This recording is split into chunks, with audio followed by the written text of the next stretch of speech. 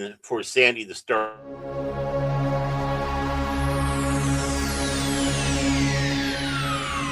Ladies and gentlemen, may I have your attention, please?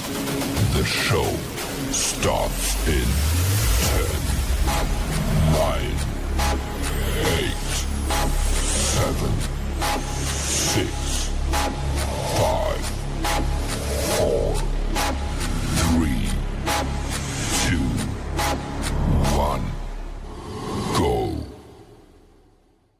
The following content contains adult language and humor that is not suitable for viewers under the age of 18. Viewer discretion is strongly advised. The views and opinions expressed during the following video content are those of the individual and may not reflect those of others.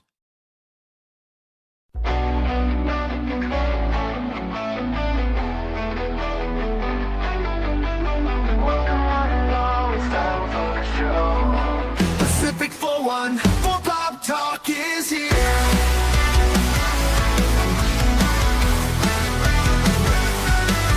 Sit back and relax and join the conversation.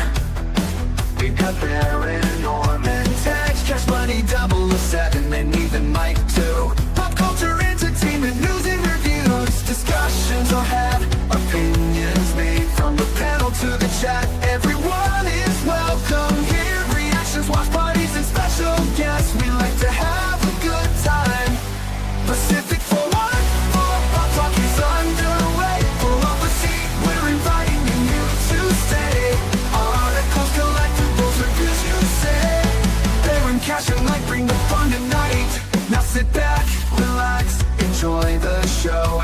Don't forget to like or comment below. We almost forgot to share out the show. Pacific414 for Pop Talk is one of a kind. It's true. One, two, it's true.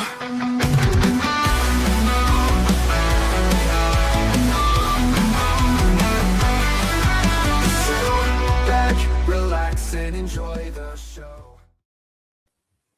Good morning, good afternoon, good evening, and welcome one and all to the show that's not as well produced as other podcasts, but we like to do things our own way. Along with Baron Orman Tagge, I am your host, Mike, and tonight we are going to be watching a great movie, and that great movie is Hacksaw Ridge with Andrew Garfield, and the movie is also directed by Mel Gibson, and it is based on a true story, and that true story of someone who had a lot of courage to go into combat during World War II and go into combat on the front lines without a weapon to rescue his fellow human being.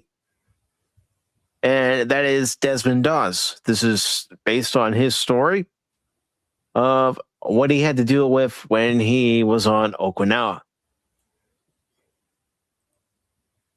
Now, Baron, I know you've never seen this movie, and I'm looking forward to hearing your thoughts on it. Lady Mist, I hope you're doing well today, and I don't recall if you said you had or if you hadn't seen this movie before, but if you have seen this movie before, go ahead and put your thoughts in the chat during this broadcast. But I was thinking, especially with today being Flag Day, let's show some of that American courage, that human courage and sacrifice. Sacrificing the fact that he went into combat as a conscientious objector without a weapon on the front lines, risking his life to save his fellow man, but also showing what's great, not just about human beings, but about those men who served during World War II, and we should honor them on this Flag Day. And we should honor all Americans every day and pay full respect to our flag and also the communities we live in, unlike the fans of the New York Knicks who decided they would trash their city last night after winning their championship in 30-some-odd years. Well, isn't that the hip thing to do nowadays? Hey, let's destroy our town and then whine about it. Yeah. Way to go. It just disgusts me. It doesn't matter what sports team it is and what sport it is. When fans riot and destroy their cities, it's absolutely disgusting. And I don't know if you've seen video from last night's, might as well call them riot. Yeah. Call it what it is. But the school bus that was just destroyed, completely destroyed. And you can hear the bus driver trying to defend his bus and save it, saying, "This comes out of my salary." In a desperate plea that fell off deaf ears. Yeah. I mean, it shouldn't have to come out of his salary, but, that's just the way assholishness is today. It's like, well, you were there. Why did you stop him? Because I didn't have enough counselors. Let's see. One school bus driver versus a mob. Yeah. I think if I were that school bus driver, I would have gotten out of that area too. But he did try to do what he could to save his bus. Unfortunately, that bus was engulfed in flames because you had animals celebrating. Yep. And I don't care what fan base it is. When you destroy your own city because your team has won a championship, you're an animal. I've seen it happen after baseball championships, football championships, last night being a basketball championship, hockey championships. You're an animal. Definitely. And I hate to see what's going to happen in Chicago next week when they play banana ball there. And if the Bananas win, I'm sure there's going to be a huge throwing of banana splits all over the place. Ice cream headaches everywhere. You're not going to see that. You're not going to see that there. That's too wholesome of a thing, banana ball. Yeah, so thank God for that. But yeah, that's just disgusting that, congratulations. Can you imagine if they rioted outside the Coliseum because, their gladiator won? It's like, no. You'll be in the games next year. You'll be in next week's games, whether you're going to be, crucified, and they'll set it on fire while you're on the cross, just burn you, tie you up so the lion can eat you, or have you be used for gladiator bait.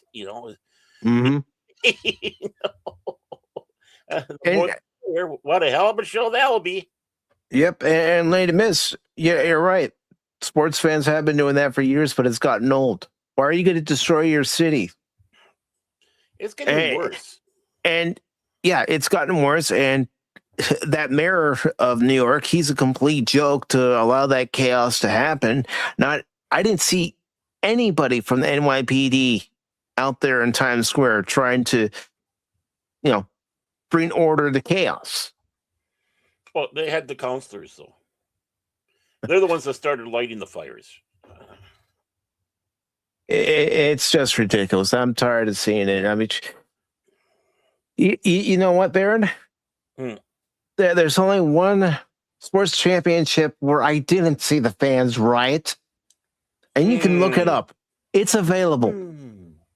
I wonder what team that could have been. After 100 years, over 100 years. 108 years to be exact, Baron. I knew you'd know the exact number, yeah. I mean, this was 63 years, and they all go bonkers. Meanwhile, a team 108 years in crickets.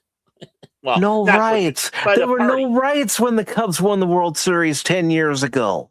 Oh, hell no. Everybody was too happy to even think about it. Even during the parade, there were no riots. Everybody was just happy. And yeah, glad it wasn't the White Sox. Even when the White Sox won, they didn't destroy their own city. No, the Bulls, on the other hand. Which ones? No, the Bulls, on the other hand, I do recall a championship where they did riot. Yeah. I'll bite my tongue. I mean, I remember the first time I started seeing some of that. Actually, sadly, it was, I believe, 91? Yeah, it was 91, the 91 games. and people were going, everybody let out, all excited, and they took down a singular light pole, one singular light pole, and being that was just the one light pole, we were amused by it. I mean, one light pole, okay, it went down. We'll just have to fix it. Now behave, now you stupid hunyucks. Yeah. But yeah. But I don't want to has just it has just gotten old. Enjoy your team's championship, but do not destroy your community that you live in. Right. Mm-hmm. Right. But and then complain that your community's all destroyed. And how many people are from out of town anyways, so they don't care. Mm-hmm.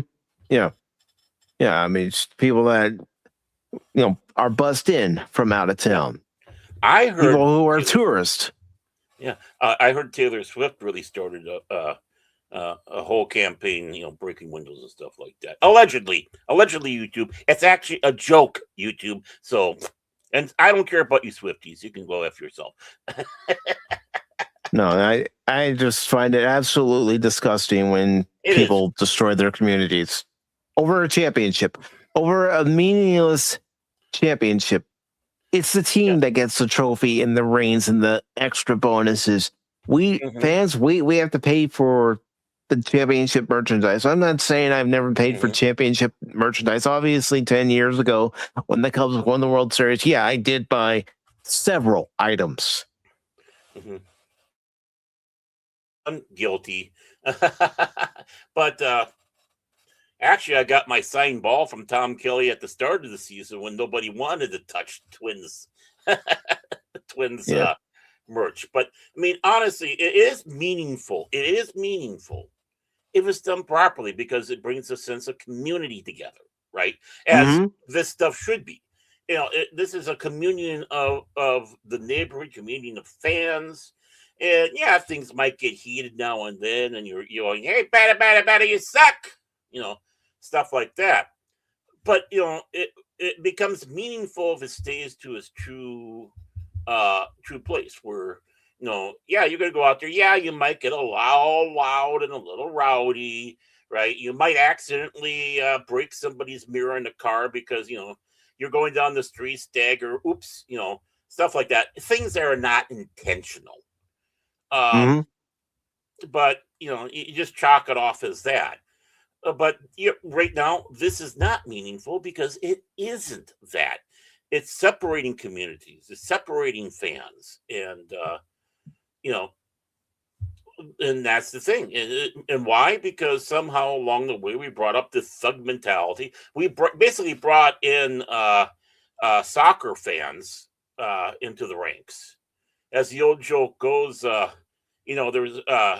was a big fight going on, and suddenly a soccer game broke out.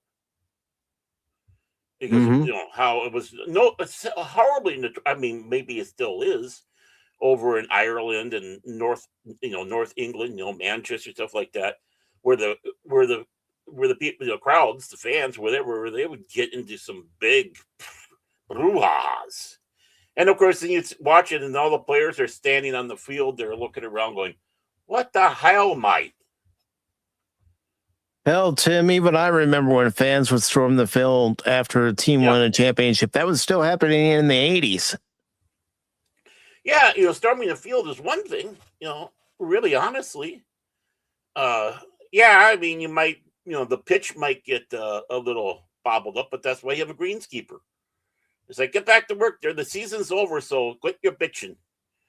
No, we're not talking about Carmelo Anthony. I'm not going to talk about that on stream. What we're talking about is Knicks fans rioting and destroying their city last night after the Knicks won their first championship in 30 or 60 odd years. It was really odd seeing Taylor Swift wearing war paint, though. No, allegedly, it's a joke, YouTube. Swifties, F you. Well, who I'm not going to say F you to. That's Lady Mist. Good to see you, Lady Mist. Always glad to have you here. Of course, Tim is here. We've got Iron One here. Of course, Tim's also over on the Rumble side. Wow. And double duty. Duty. 53 years. 53 years. I mean, again, do I need to bring up the Cubs again? I And thought it Cub was fans 63. 10 years ago? I thought it was 63.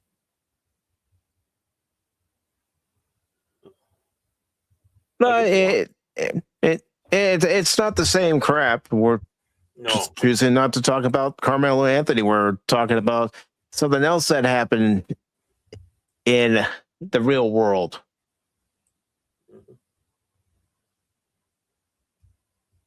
Yeah, 73, so 53 years ago. Oh, then the one headline I saw was wrong. Surprise, surprise. It probably was from MSN. Yeah. Oh, God, they're horrible. I have lived in Guam and been to Pearl Harbor when I was a kid. Nice. But tonight we are going to be watching Hacksaw Ridge. I think it's an excellent movie. It's a movie I have no problem, praising, and no problems saying that people should watch this movie. Well, really, it's a Mel Gibson film. He's a damn good director.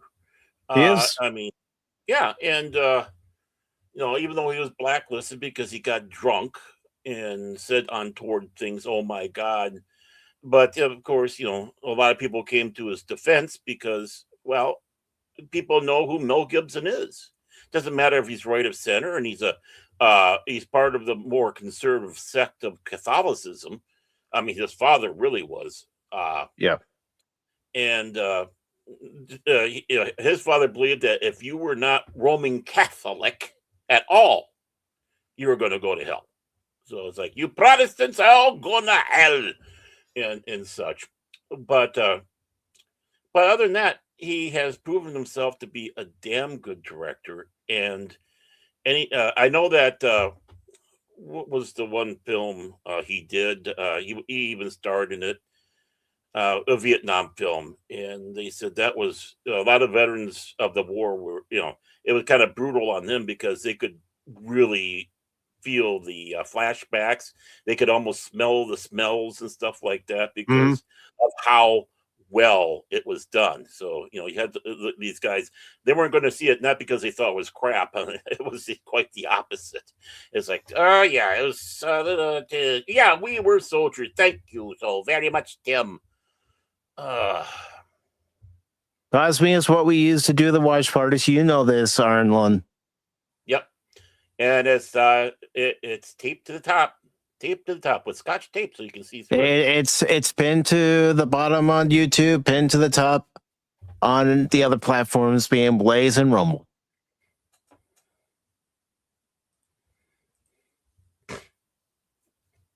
Yes. And yeah, which one of those two fan bases are going to riot? You got Vegas and you got Charlotte. Prime candidates for a riot after their teams win. It's happened before. But Barrett, let's go ahead and get into this excellent movie. And that excellent movie being Hacksaw Ridge. Woo! Well, I agree with Tim. Mill should. Oh. Make sure I'm on the right screen. There we go. Not only should direct a Mad Max film, he should be in a final Mad Max film. Choo-choo.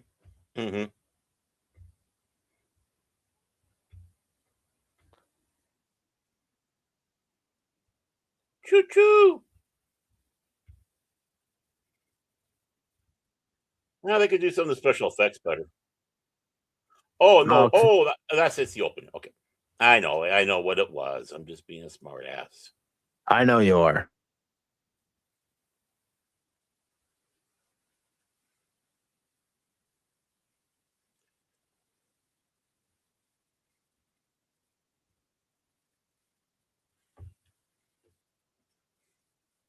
Well, they don't mess around. They go right into it there. Boom. Yeah.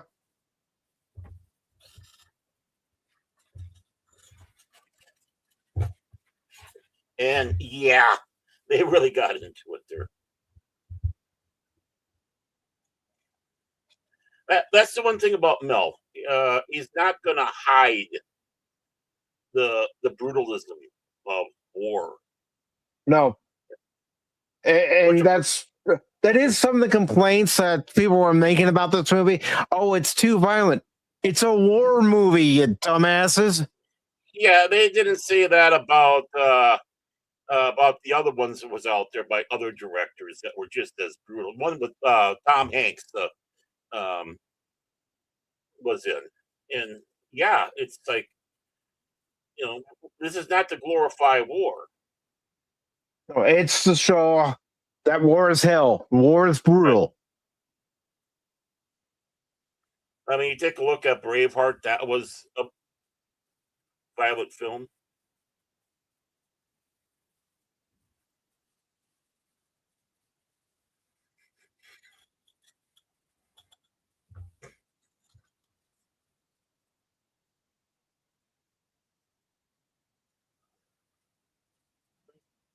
Yeah, Flags of Our Fathers is a good movie. Mm-hmm. We Were Soldiers, I think, is an excellent movie. Yeah, I need to see it. I actually have never saw it, so I want to see We Are Soldiers. And just imagine, you're a conscientious objector, no weapons, no nothing in the middle of all this. Mm-hmm. People are too used to the John Wayne war films and such, where it was clean, but not. But you bring in the real gritty stuff, and it's like, it offends me. Yeah, bite me. Mm.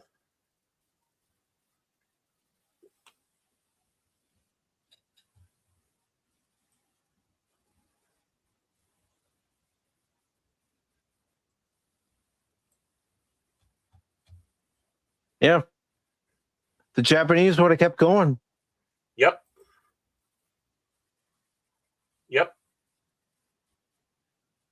Exactly. And there are Japanese over there that thank us for doing that because they know. Mm-hmm.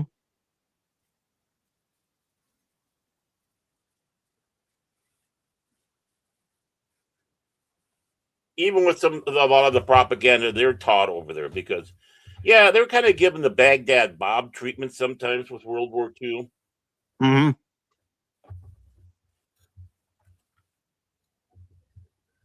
They have statues of people in the military. That would be the equivalent of putting Getting, Goebbels, and Getting up. And it's like, oh yeah, great.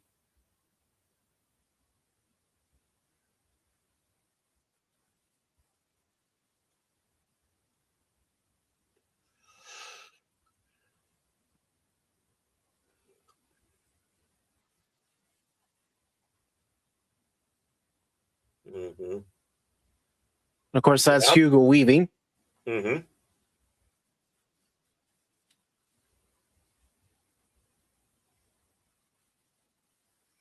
And Mel can get some great actors. Yeah, and I'm not going to tell you who else is in this. I'm going to wait for your reaction. Okay.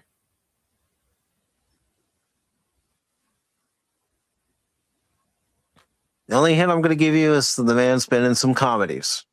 Mm-hmm. I'm not going to say which ones.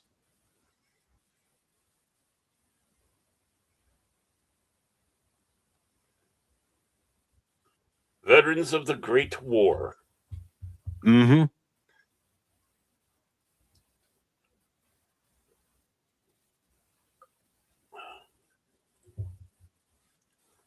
Boy, that elf has fallen on hard times. Mm-hmm. That's what happens when you're no longer in search of the ring. Welcome to the Undying Lands. Yeah. What happens when the Matrix is shut down? Oh! Yeah. Nice, Tim. What does he think he's doing? Wrestling? Wow. Who would? Wow.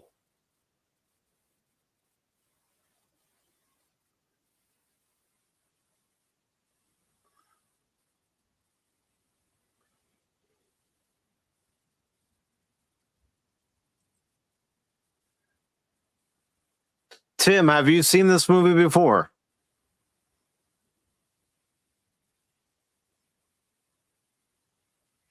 Of course, it's so hard at that time to get to a proper medical care facility. Mm-hmm. Considering how far away they were. Mm-hmm. Wasn't like nowadays.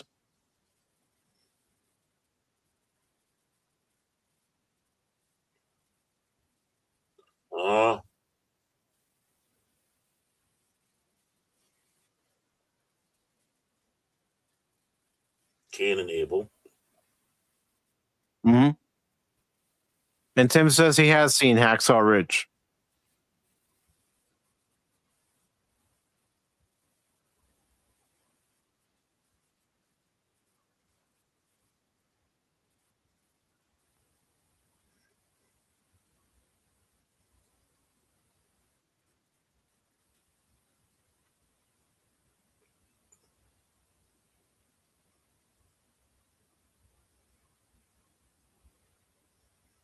And did you see what Tim posted in the Kosmi? Yep.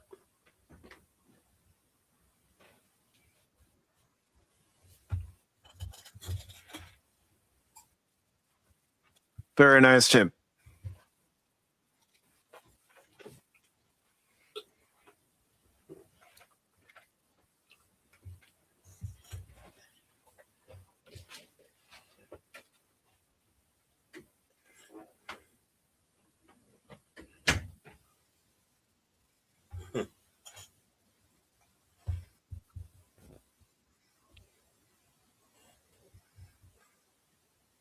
Yeah. Well, you can't blame him. Mm-hmm.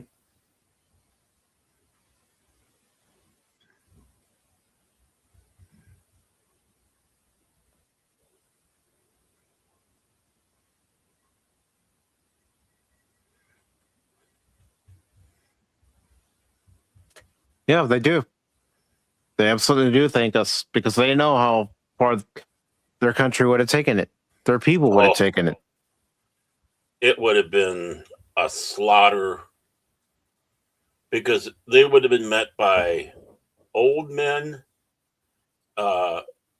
boys, girls, wives, the ones that, anyone who wasn't serving, the average citizen.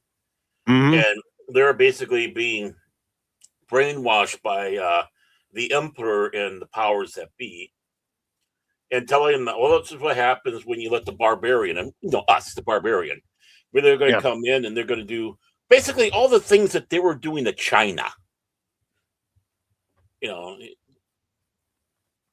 Just have to read the book of the Rape of Nanking, or even just know half of that story. And basically, talk about projecting. Oh my. Ow! Got pinned. That's gotta hurt. Ooh. That artery. Oh.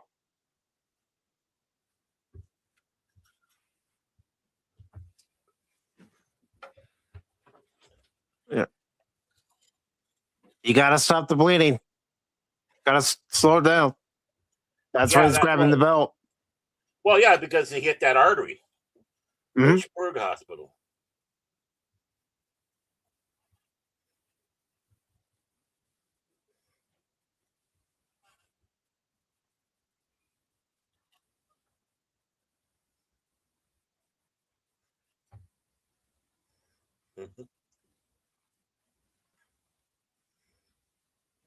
Some people's careers choices get started from things like this.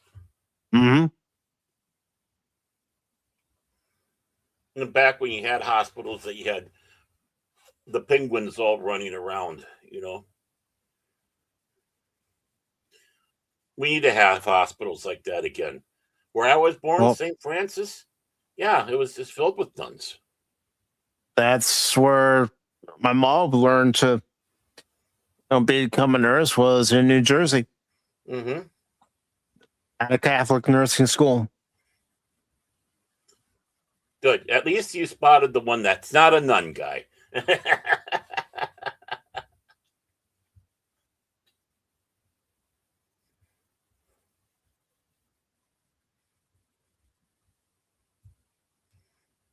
I think you'll be impressed with Andrew Garfield's acting in this too. Mm-hmm. So far, he's doing pretty dang good.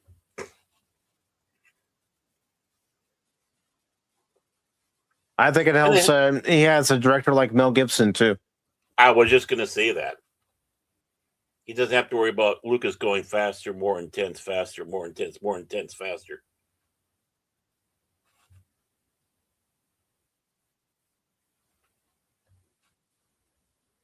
He's just in love. He was smitten. There was an arrow that went through his heart.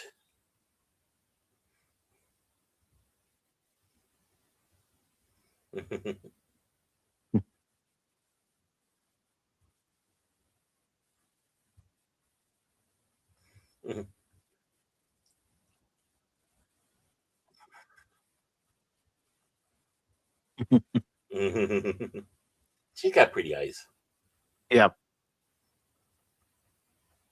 Well, we know why Cash skipped the movie, because she's a redhead. Exactly. She's pretty.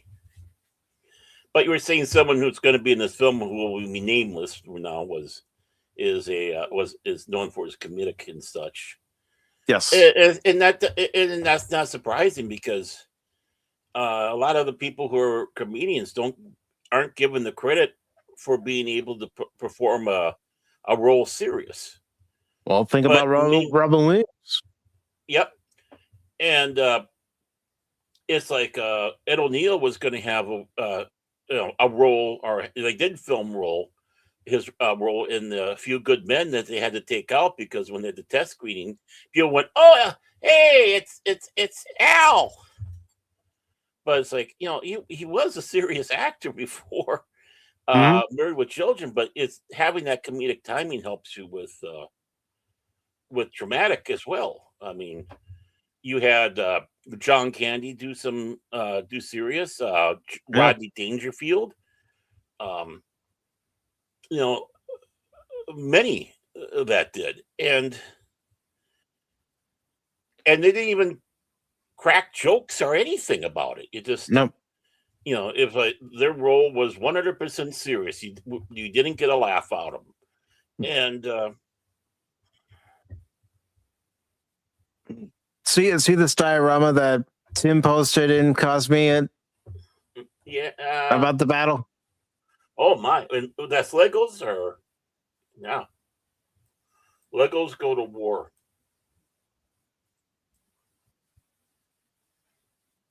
Oh yeah, there we go. The annual Lego convention. Now I fully scrolled it down.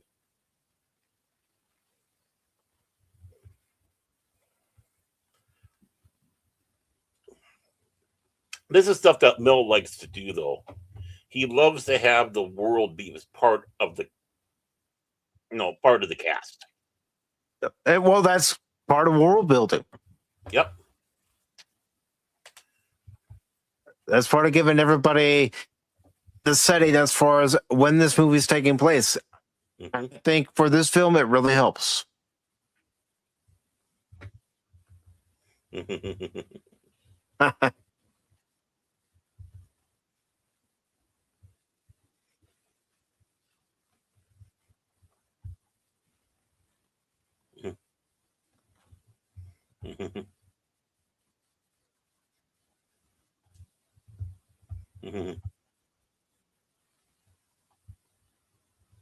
That's a nice pickup line, don't you think?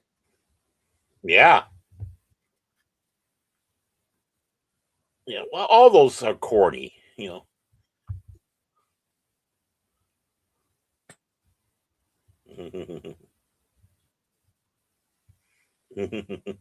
Aw. Oh, we got smoochers. Well, of course.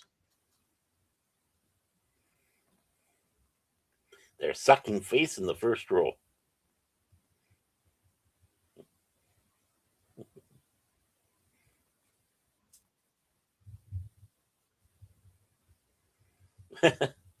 Oh, I love that romantic talk. Careful. That might get you into some That's trouble there. foreplay. Yeah.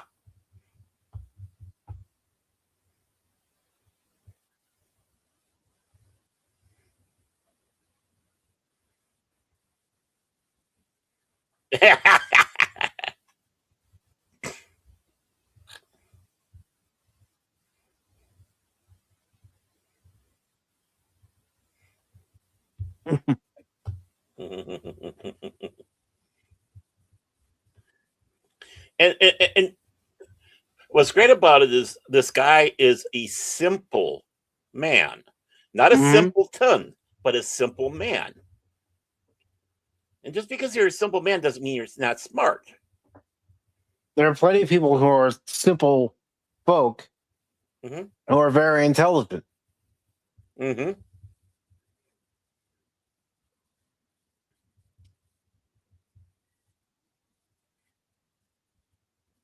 Yeah, the old war reels.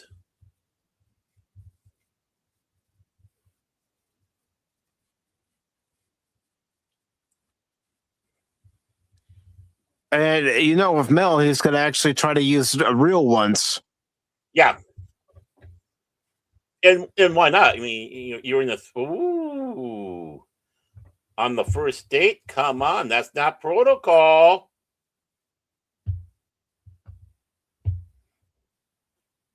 But that was a natural response. Yep.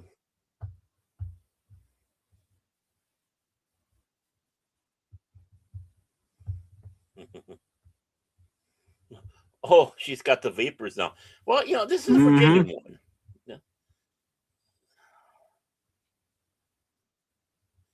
I think she realized that he's.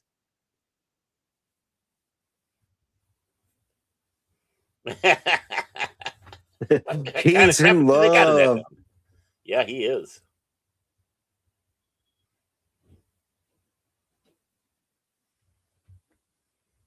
Boy, they really made Hugo even look like a mouth breather.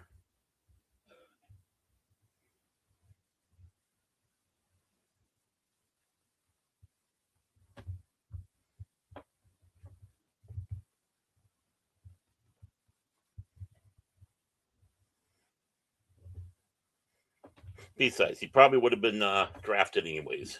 Mm-hmm.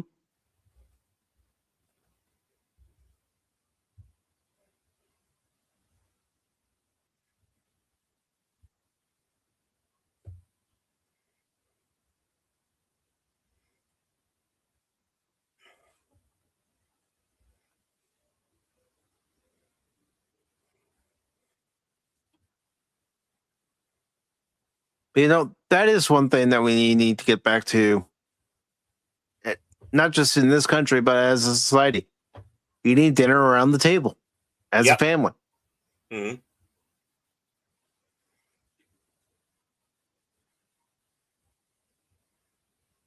He almost looks like Treat Williams. Mm-hmm. Rest his soul.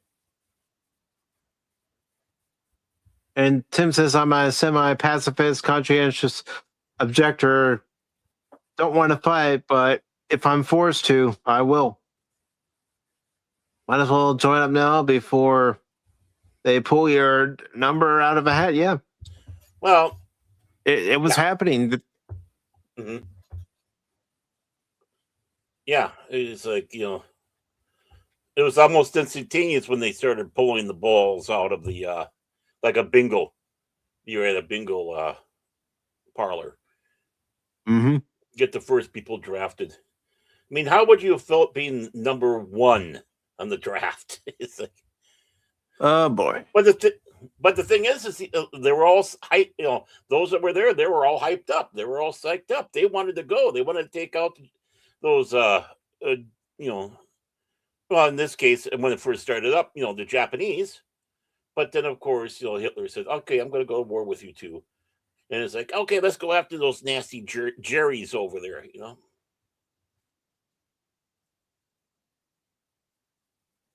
Tim says that he went over to his parents' place for lunch today. It's been a month basically since I had lunch with him since I work weekends. Hmm. I bet it was a nice lunch too. I hope so, definitely. Nice time with the parents.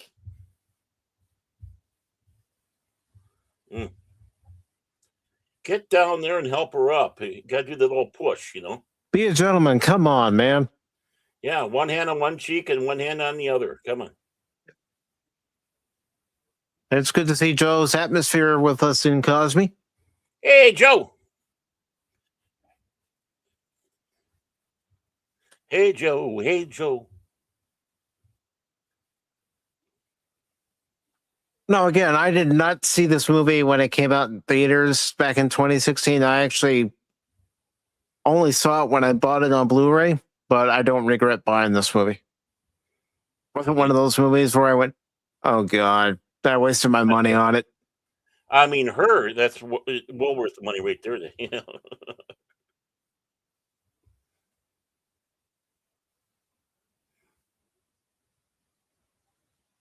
Aww. Now slap him. But the setup is it wouldn't be a good idea for her to slap them, not where they are. I know. But, ooh, look at that. Beautiful countryside. Mm-hmm. But,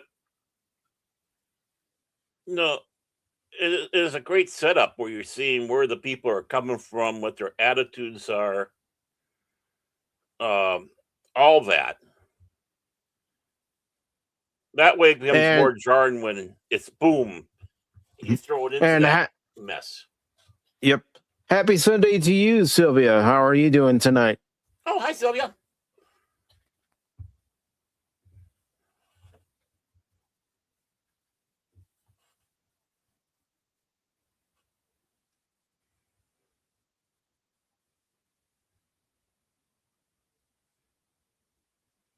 You better not give him a Dear John letter. That's what she's worried about. Getting the letter. Yeah.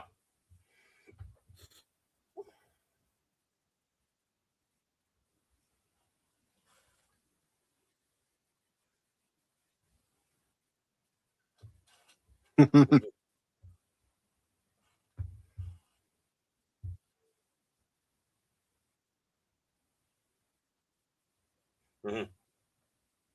Mm-hmm. Aww.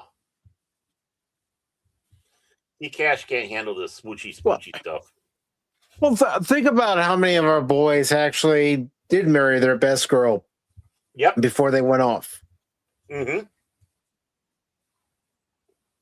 And yes, I did use that terminology because that's the terminology from back in the day. It certainly is.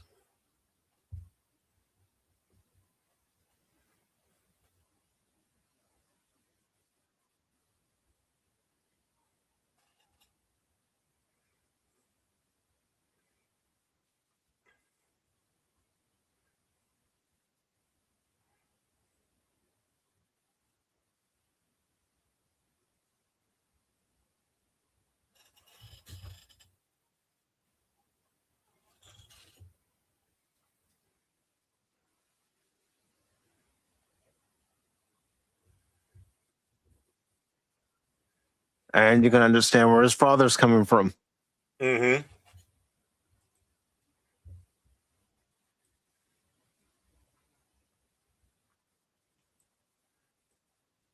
Hello, Red Panda. Welcome. Welcome. We are watching Hacksaw Ridge. The Kosmi link is pinned to the bottom of the chat on YouTube if you'd like to watch it along with us.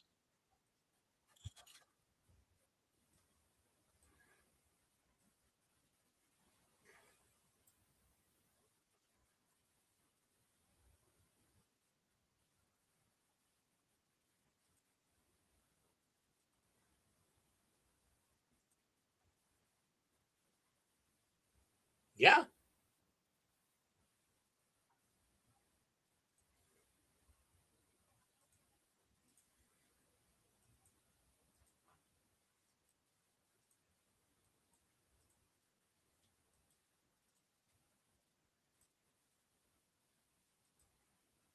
They did a real good job making Hugo Weaving look older than he actually is. Yeah. He is almost unrecognizable. At first, I thought maybe it's Sam Neill, but it's like, no, it's not him. And it's like, oh, Hugo. Well, they're both Aussies, so Aussies, they all look the same. Are you going to even say that to Mel Gibson? Well, he's not Aussie, technically. He came from New York. His family, his father took him to Australia. I can't remember how young he was, but yeah, he was born in New York.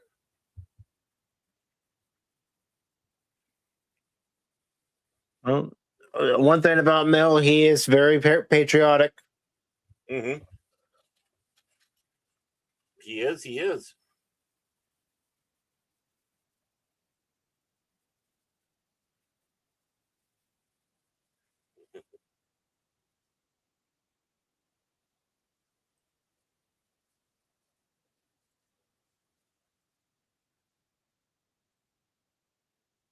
Fort Jackson, yeah. Mm-hmm.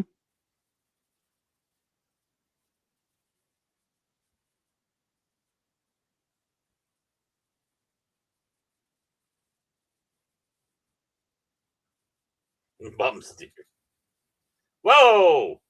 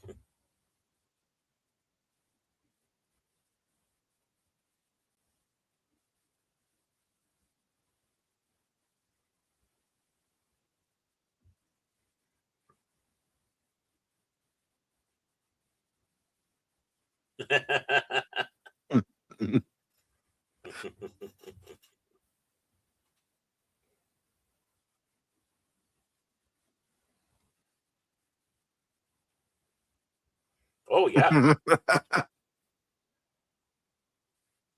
Ow! No, right in the foot.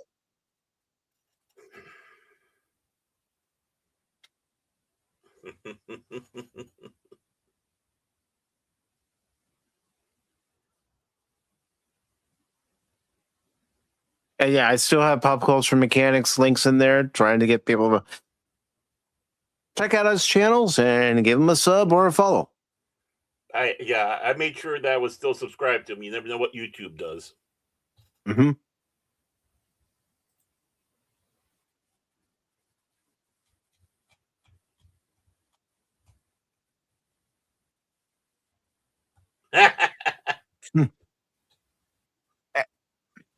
And recognize the actor?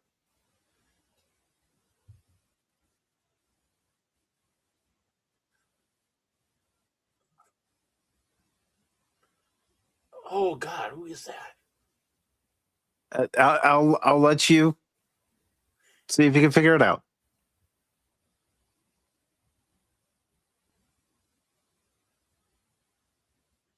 He does a lot of producing nowadays.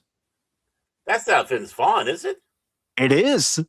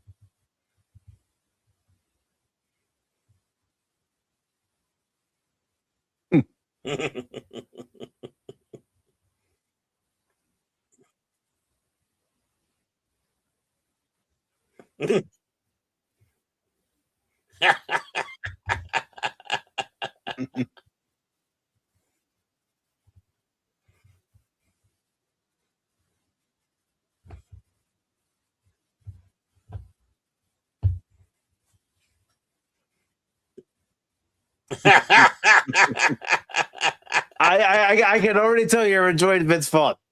Yep. That's what we need more of is that's how basic should be. Oh, Tim, that's coming up Wednesday. Mm-hmm.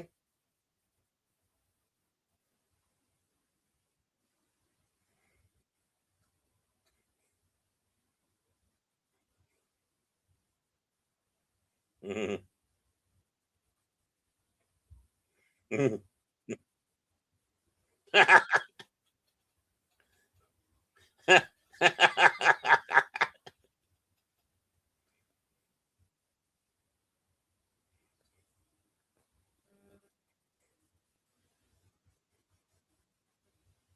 I think he put his own twist on it.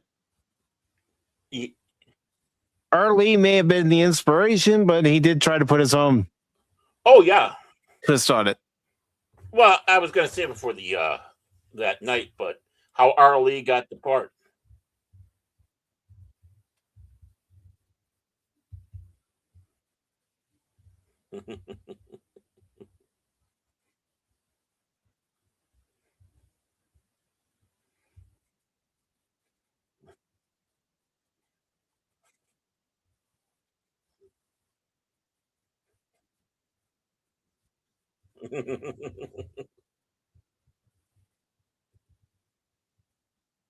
Bath time.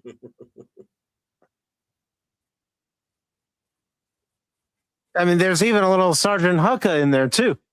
Yep.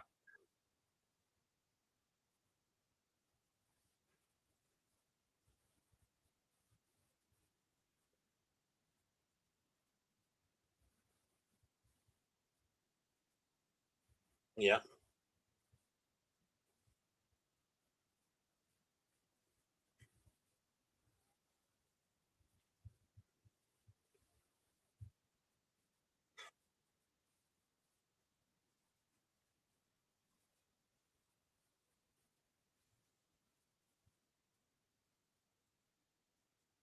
Run, Forrest, run. Desmond did run.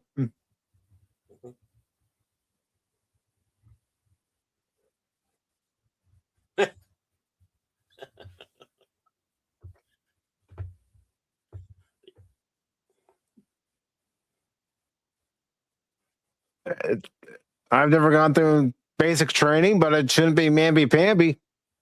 No.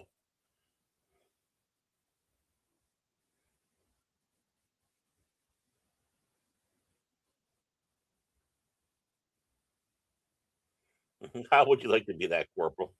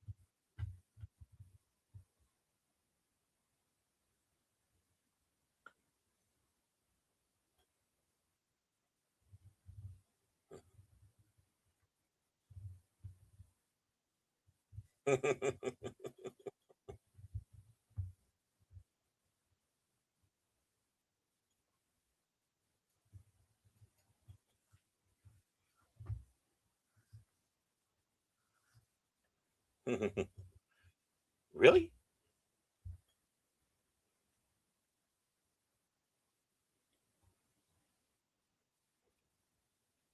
Conscientious Objector.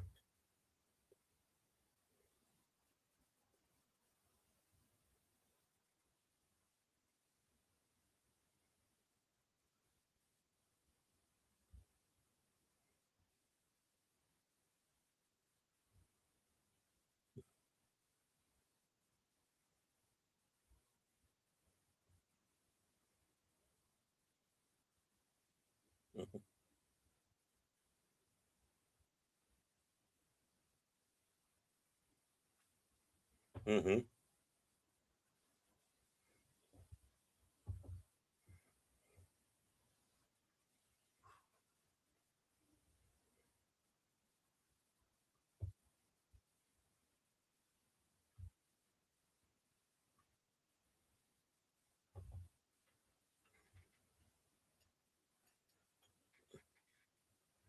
Mm-hmm.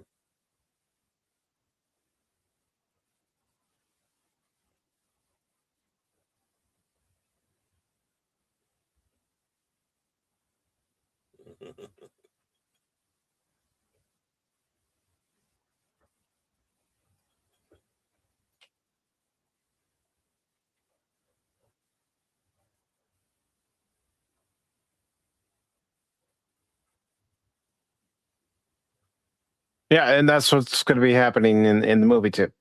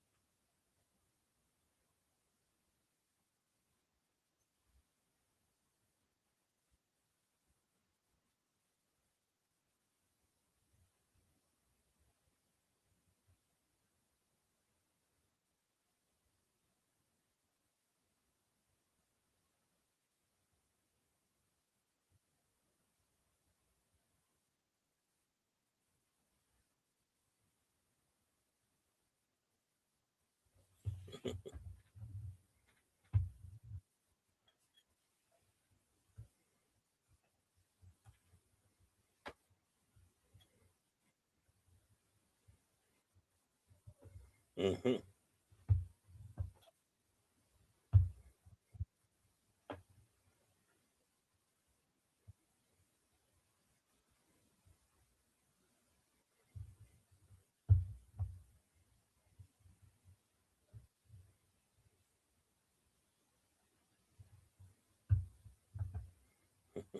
Hear that one guy in the background?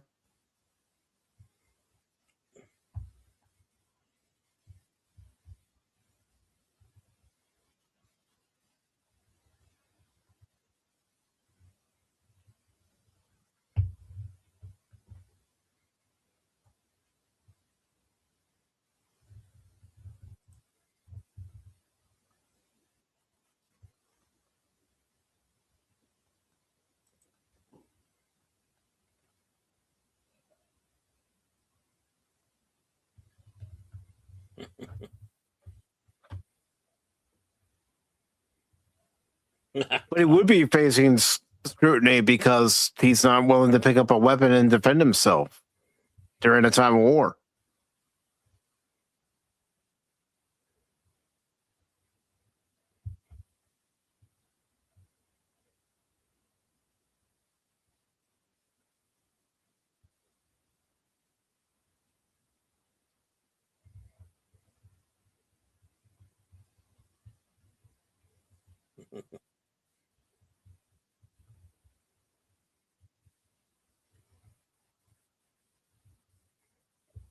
Hmm.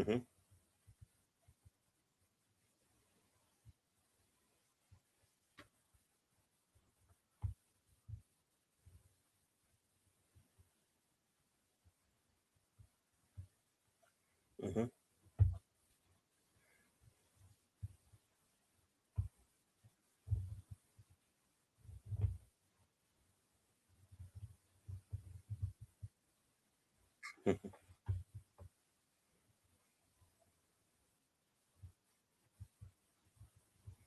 Hmm.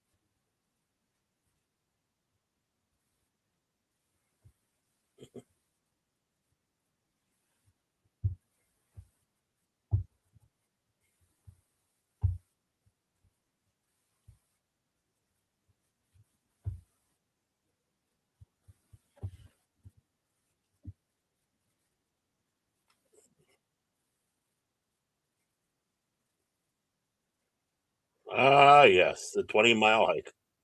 Mm-hmm.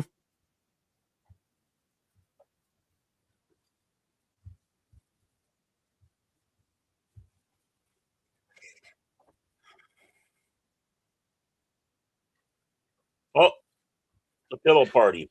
But back then they weren't thinking that way, Tim. That wasn't even the forefront of their mind.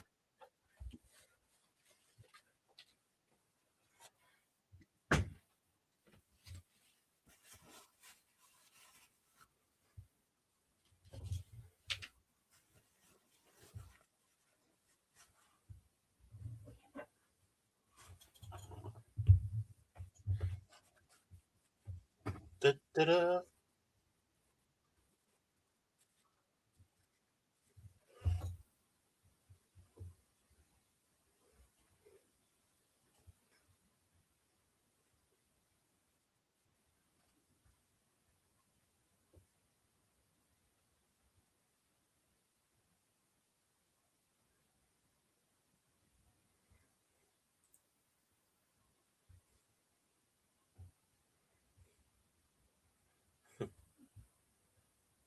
Someone to take that is a tough son of a bitch.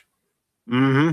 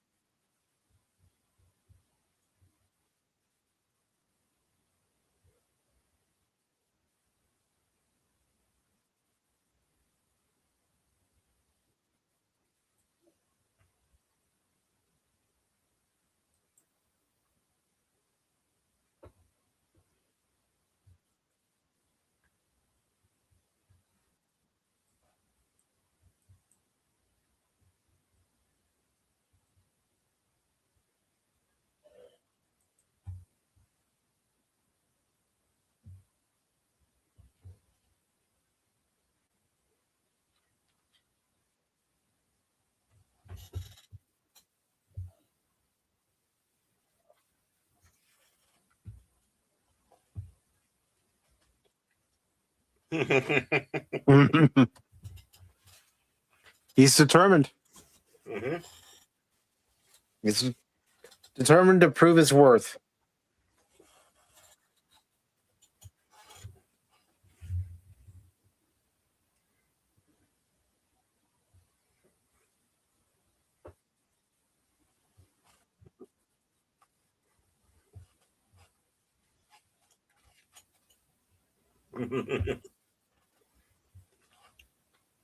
Correct.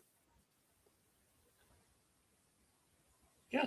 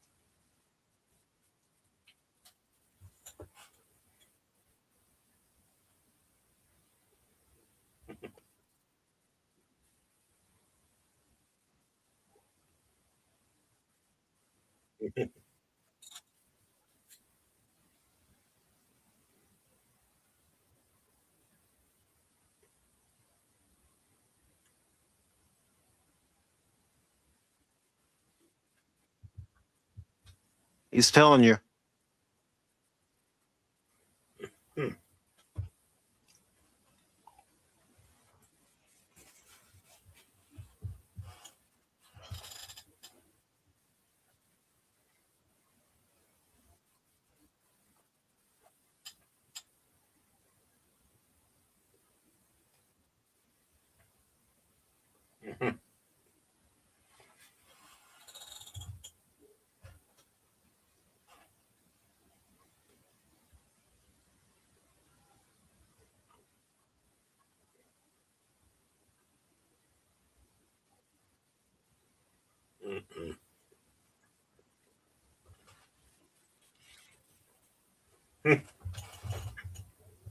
That's not the case, Father.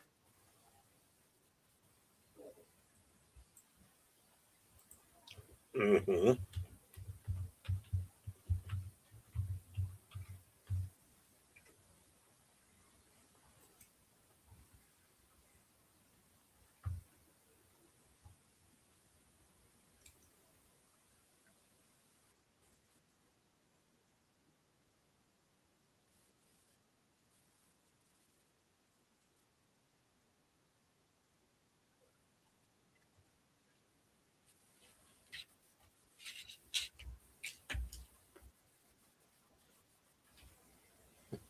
Yeah.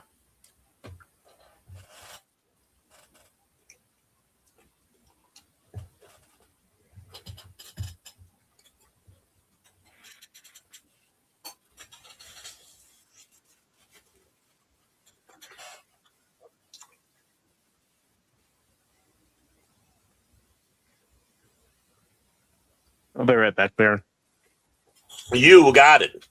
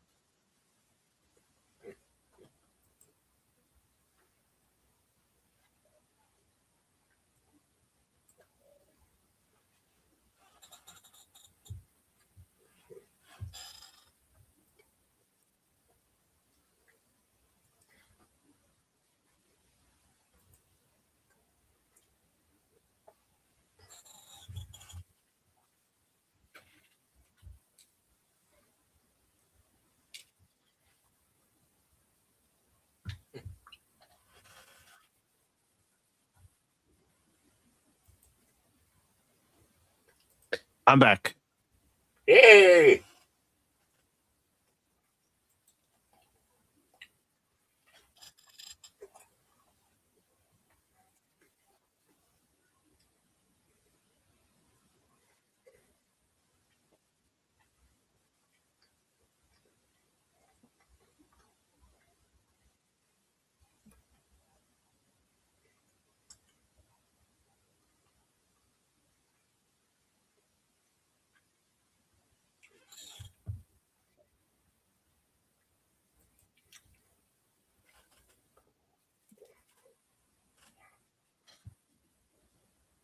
Mm-hmm. Okay, that's kind of like how Dork Girl and You're Wrong was the other night. Mm-hmm.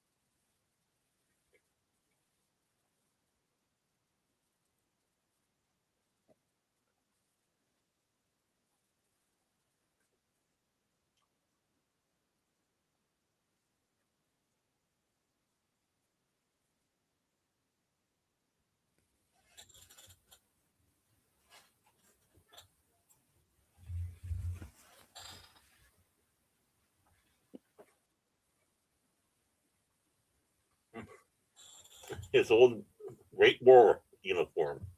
Mm-hmm. Amazing it still fits.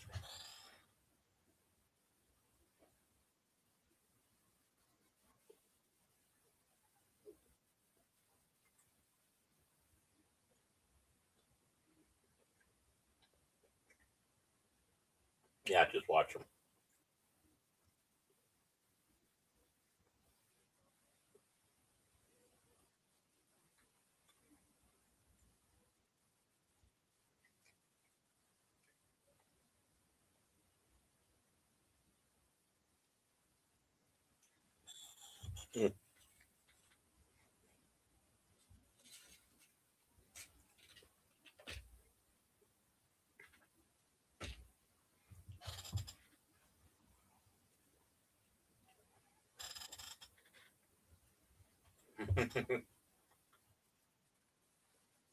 An old comrade. Mm-hmm.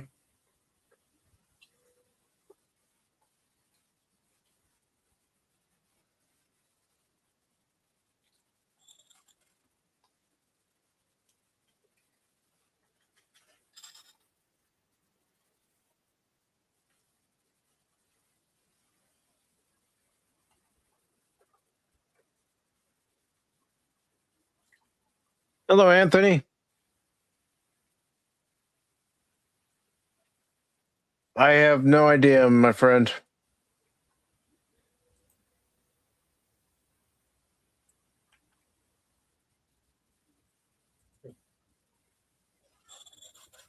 Never thought about it. I haven't.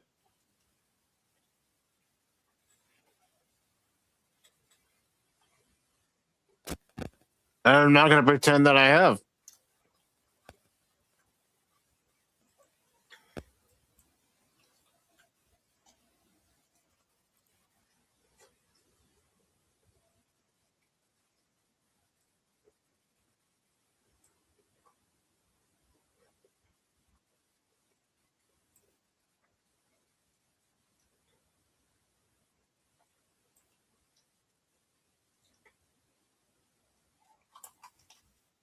Gettysburg has to be one of my favorites.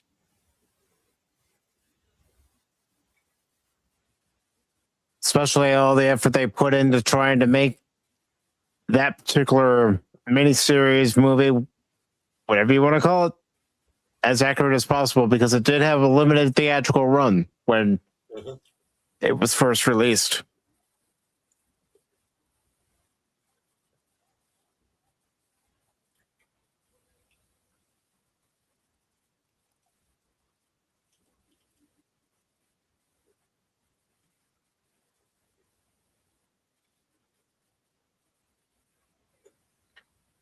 And two other movies I would say are pretty close to being portrayed accurately would be Flags of Our Fathers and Letters from Iwo Jima.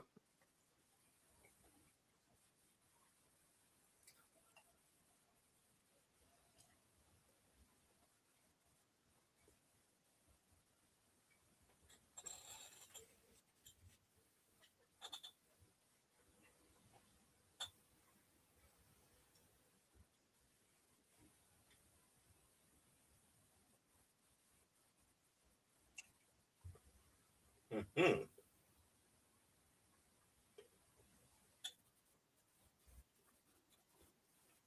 And I strongly believe that a movie like Hacksaw Ridge does need to be seen by people.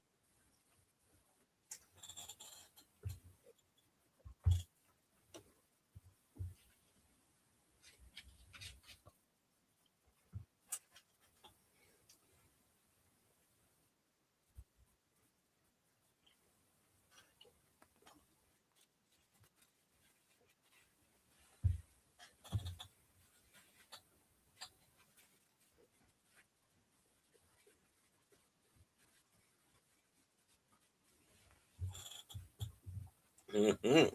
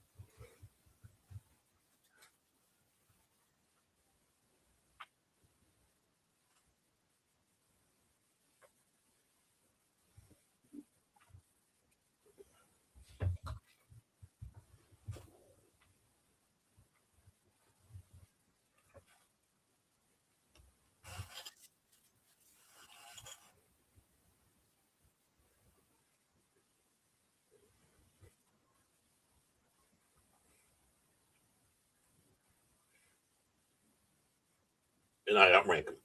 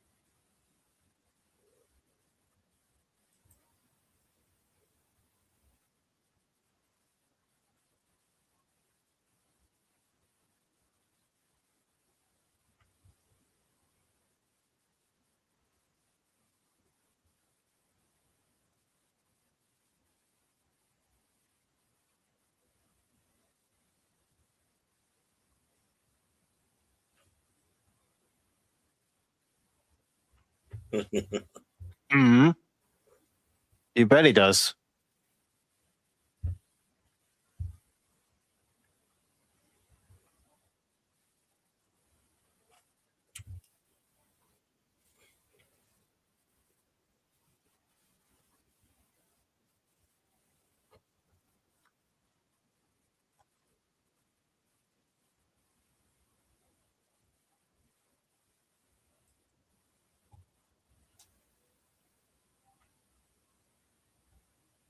Even all the hardship and pain that his father put him in, his father did what was right.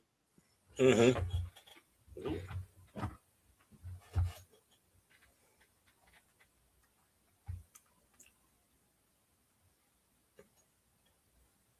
And let the devouring begin.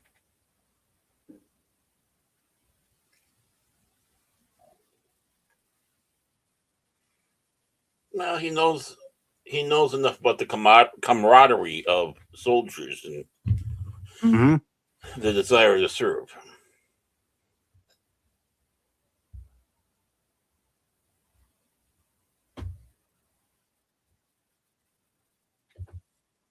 Okinawa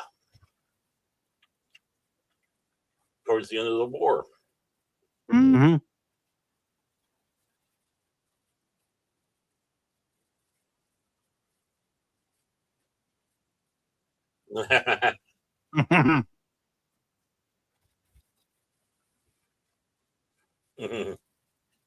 Killjoy was here.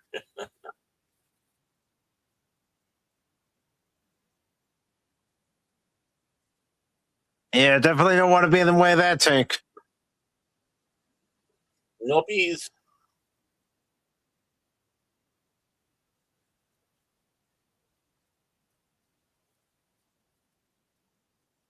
Unfortunately, the fallen. Yep.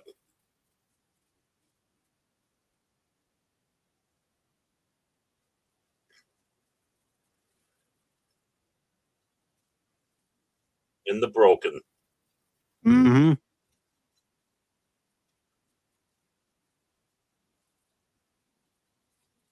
They're tired, they're weary. Mm-hmm.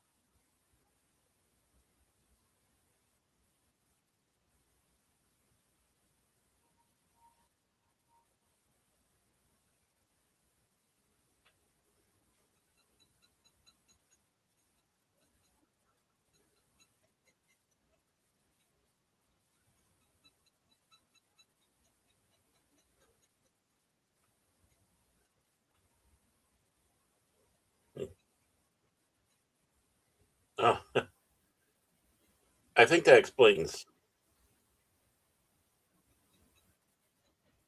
And Tim says, when I'm walking around town and if I see a funeral hearse go by, if there's a funeral going on, I take my hat off, and I don't think people do that anymore. No, I don't think they do, Tim. Or if they're driving, pull off to the side. Mm-hmm.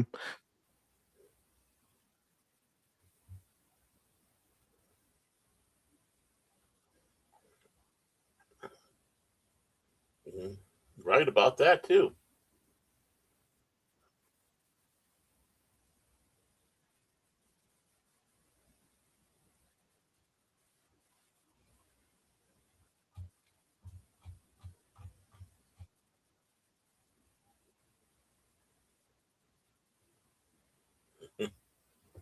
That's about right. Yeah.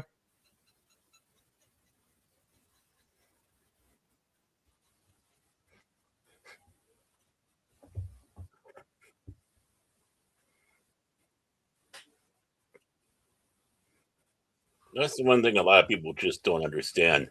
Japan was just as bad, if in some ways even worse than Germany. Mm-hmm. But we don't say much of anything because we dropped 2 bombs on them.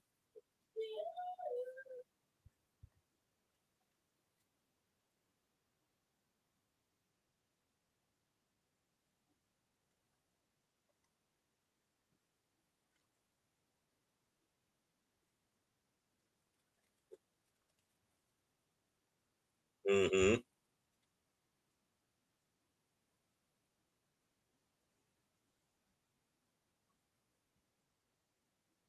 The Underground Network and all that. Yep.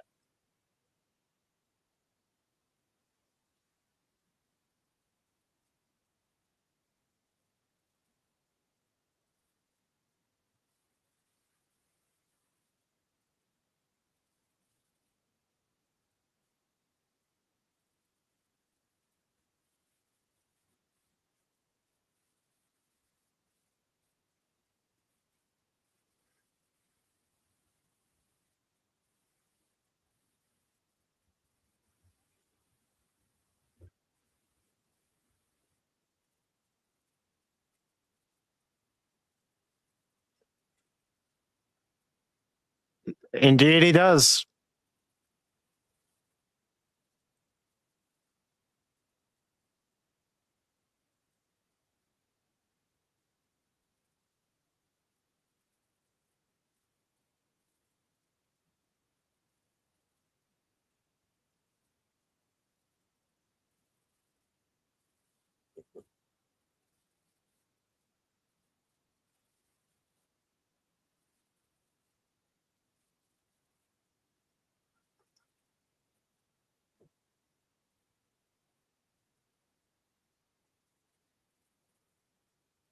Can you imagine trying to make that climb, Baron? No, my vertigo would be screaming at me. I mean, holy cow. Unfortunately, these men had no choice. Exactly.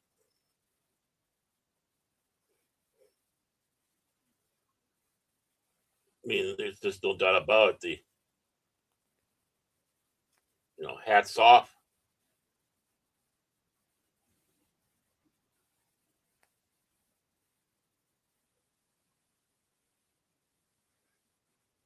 Grease gun. Mm-hmm.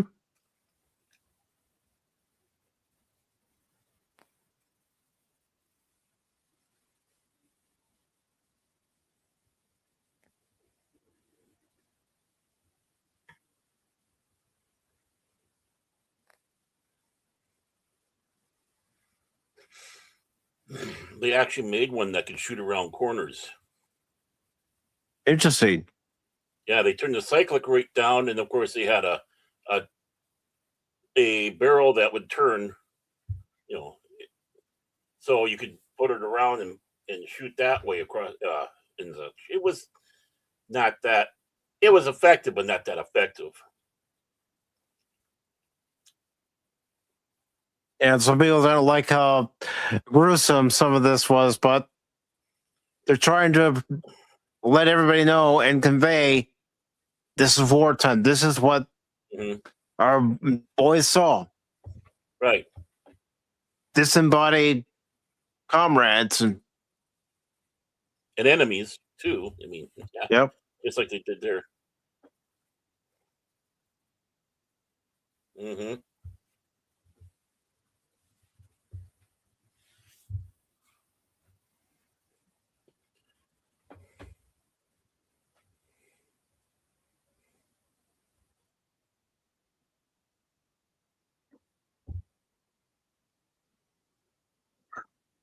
Mm.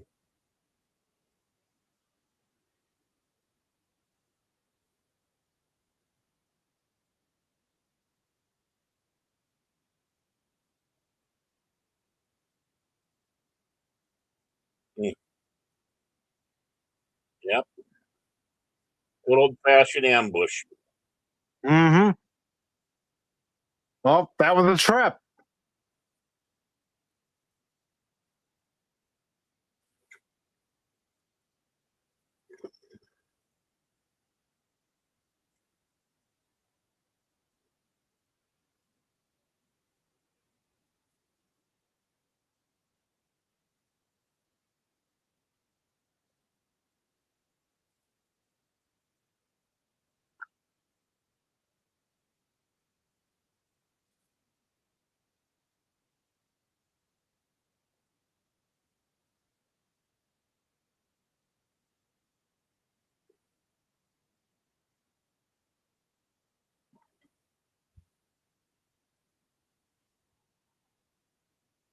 Yeah. I mean, the gruesomeness of it Mm-hmm. all.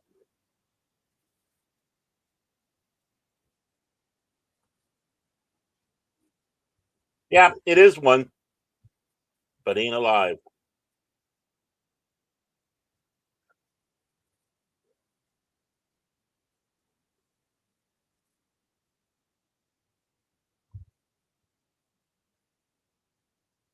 Hmm.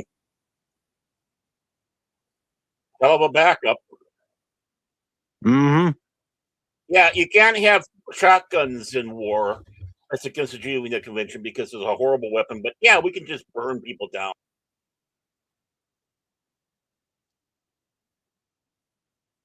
See,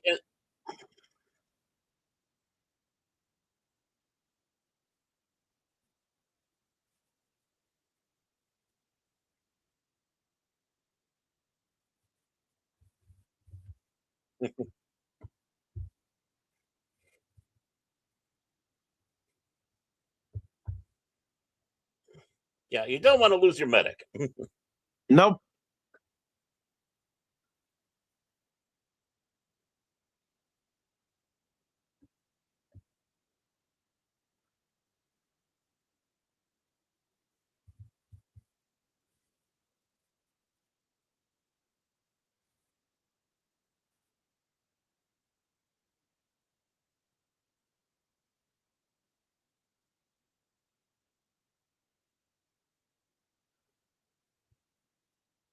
Oh yeah, lost his legs.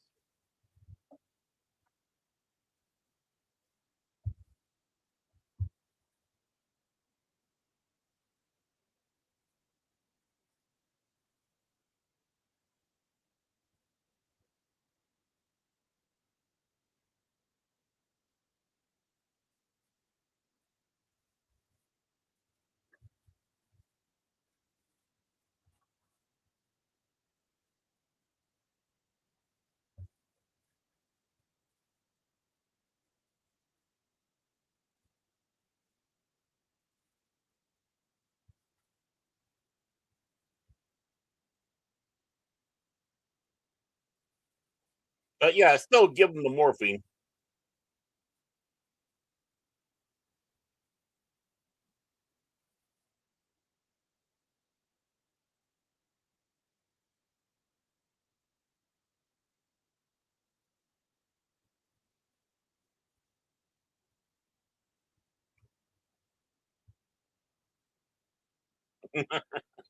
Yeah, a lot of that happened. Yep. And you only have a split second to react. Hmm.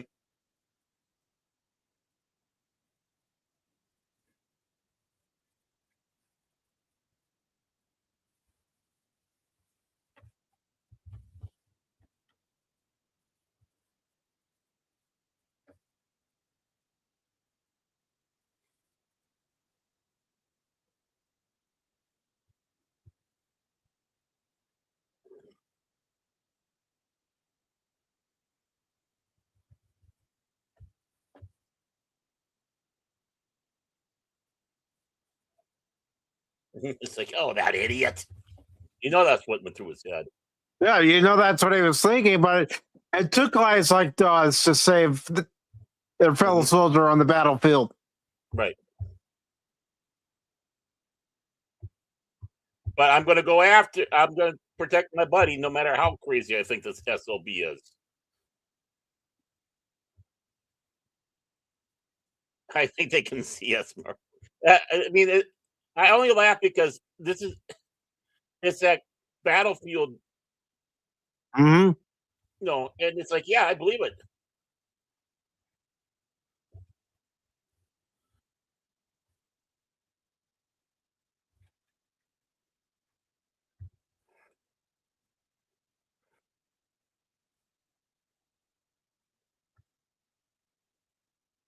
Of course, that was a big difference. He had the walkie-talkie.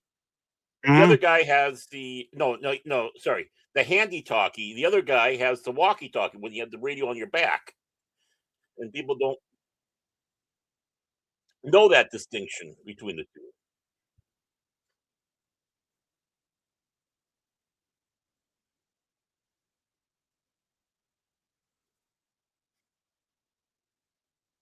Yeah. Oh, mortars, bazookas.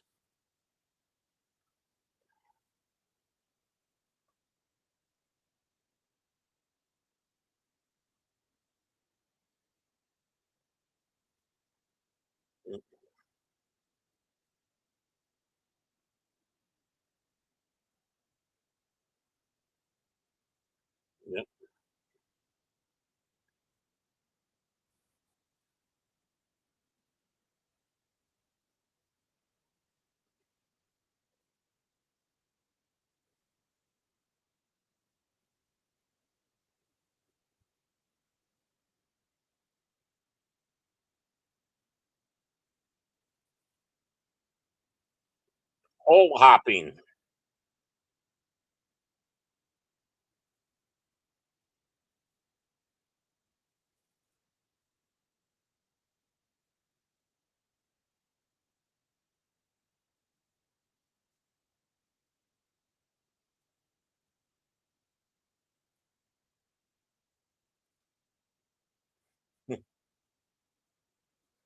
What a nickname to have, Ghoul. But he looks Yeah. it.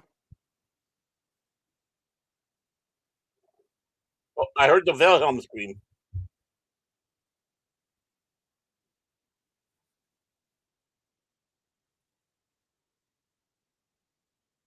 Hey, you got a little too close to Ghoul there.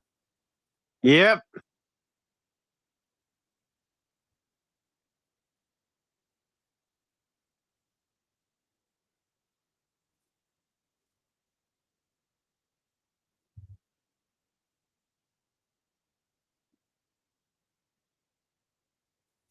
Unfortunately, Ghoul is now a ghoul.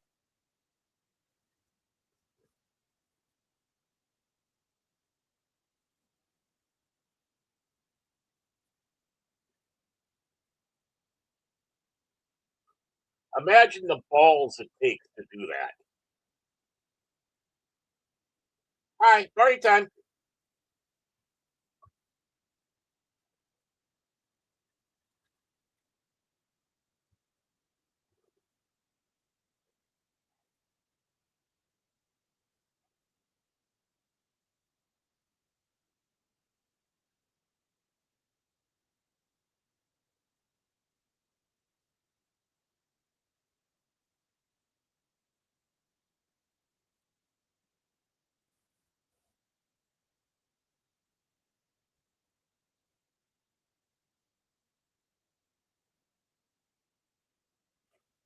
And see, that's just it, too.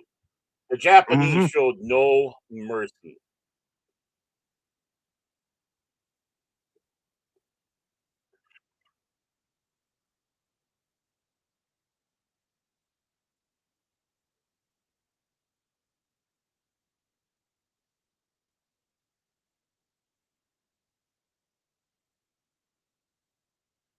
Gut shot, not good.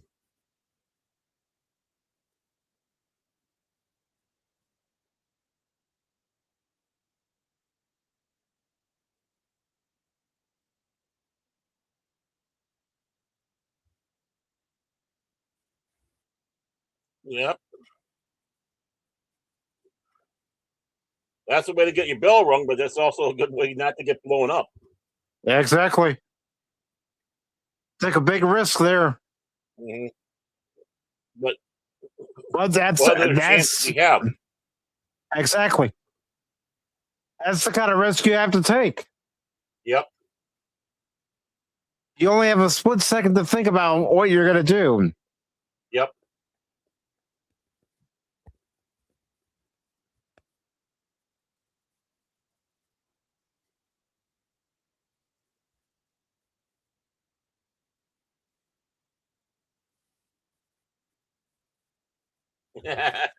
So his bell's not completely wrong.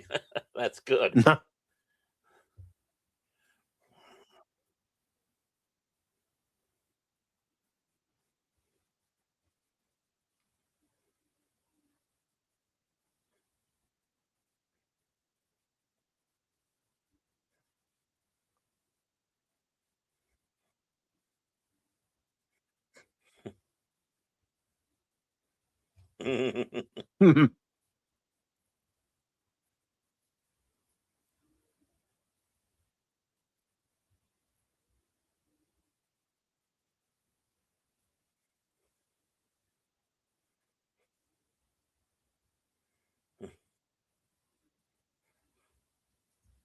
Yeah, he's serious about it.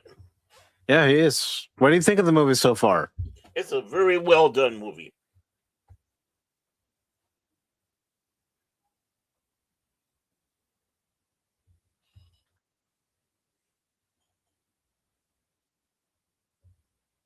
Mhm.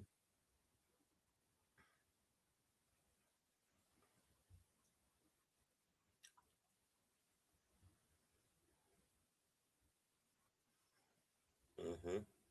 Mm-hmm.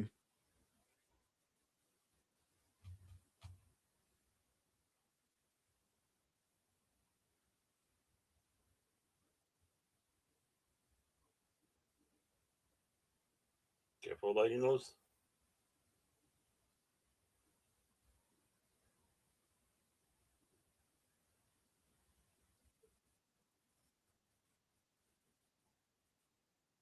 Ooh, that's not good. Nope. Slow, painful death, unless you can take care of it.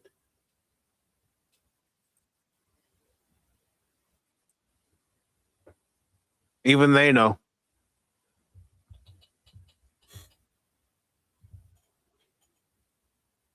MREs.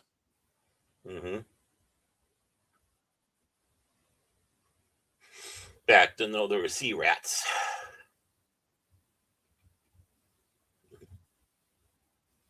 Huh. Good Seventh-day Adventists are vegetarians as well.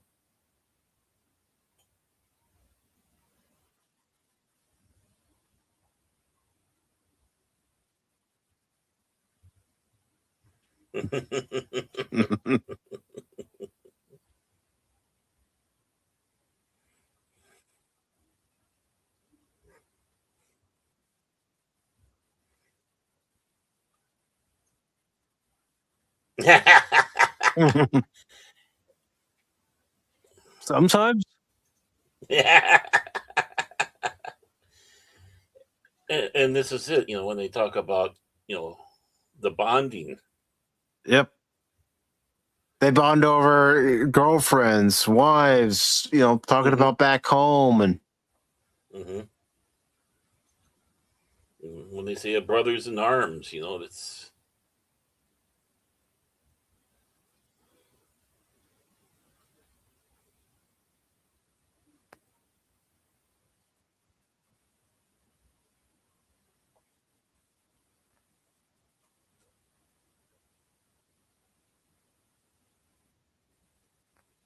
yeah.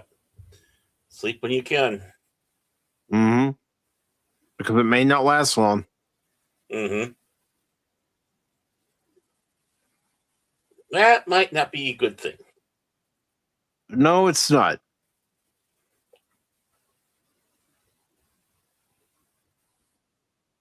Oh, hi.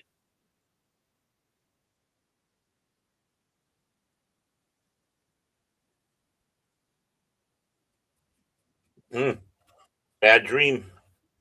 Yeah.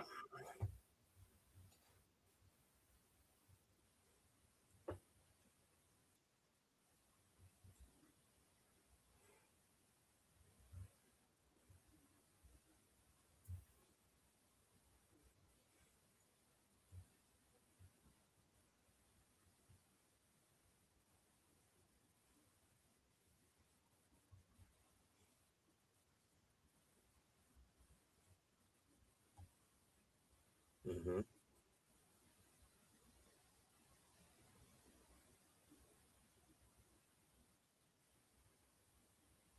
He's still.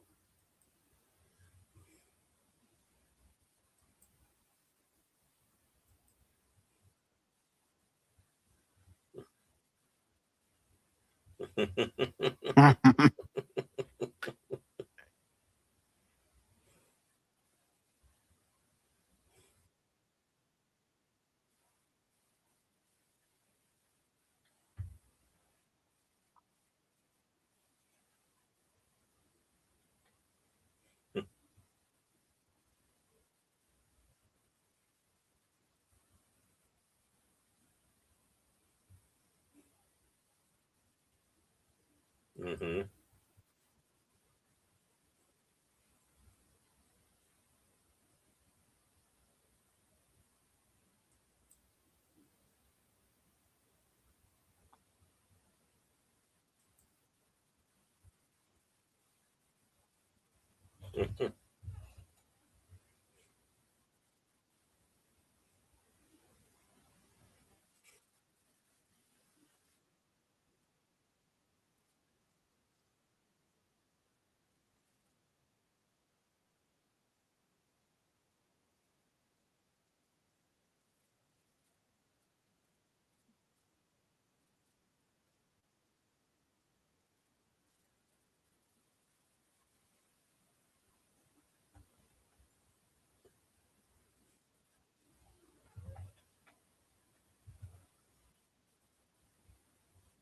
Mhm.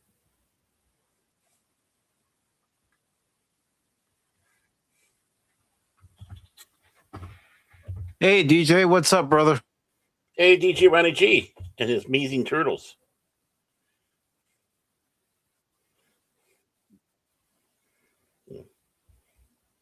Definitely a far deeper film than most people would probably want to give credit for. Mm-hmm.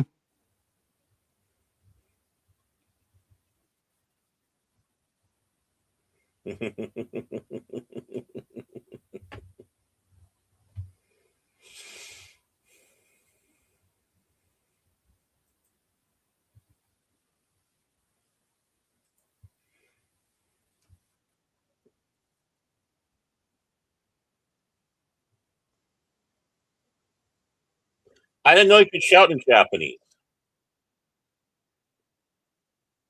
I thought shouting was just shouting. Yeah. Maybe there was an accent to the shouting. I don't know.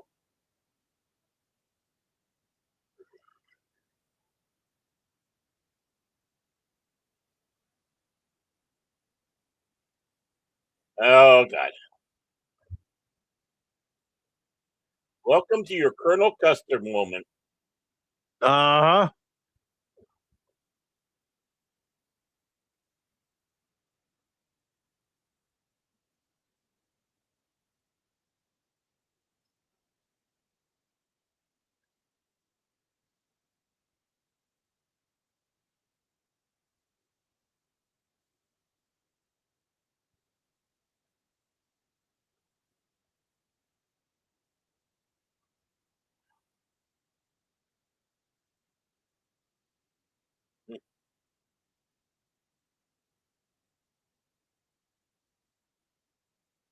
Yeah, and being that close, I mean, Mm-hmm. eye to eye almost.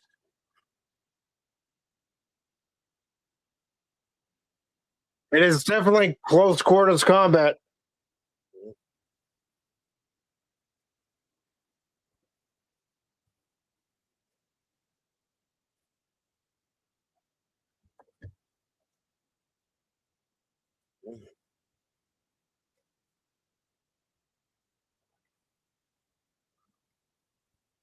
Yeah, he lost his radio mule.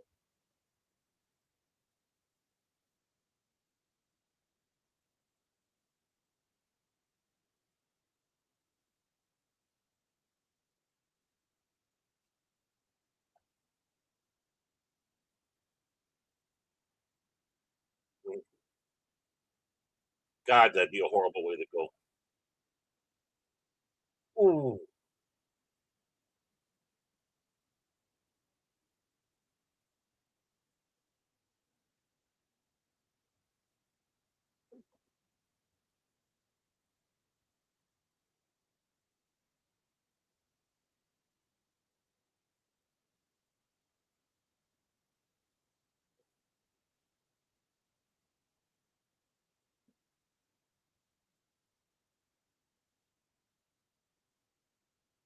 Ooh.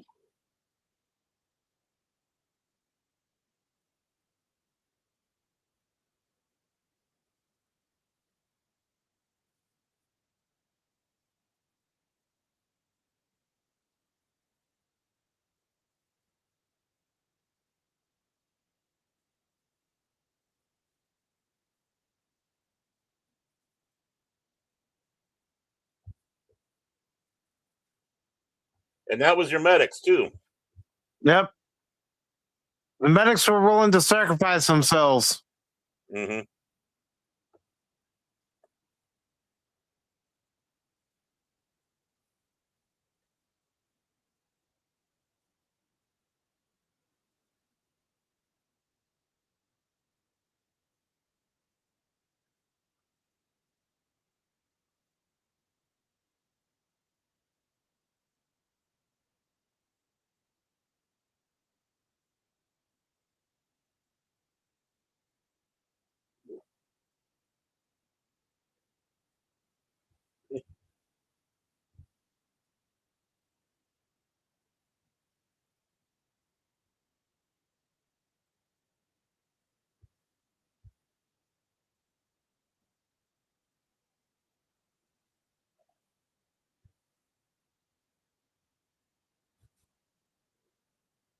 You got to use whatever you can.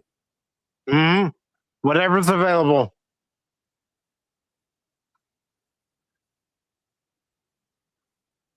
The anything's a weapon concept.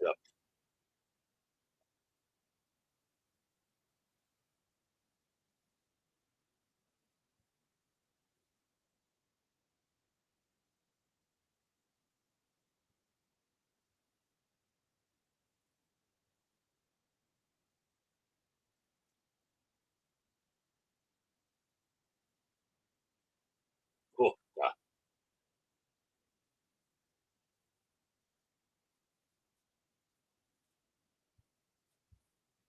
And again, that's something that the critics didn't like about this movie when it was released 10 years ago, because they felt it was too violent. Again, they're trying to convey the harshness of war. War is hell. Yeah. Fuck the critics.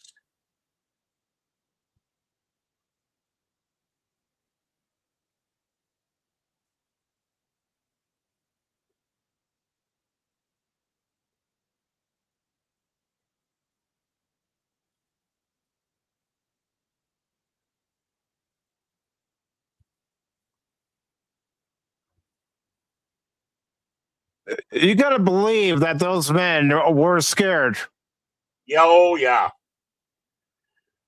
but they knew they had a job to do.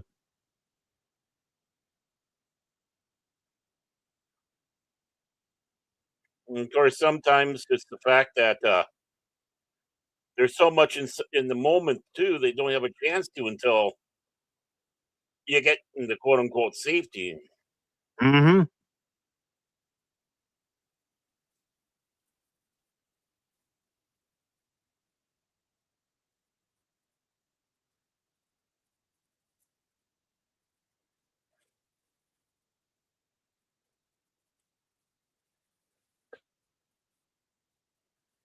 Of course, Desmond is upset because they just had a bonding moment, and Mm-hmm.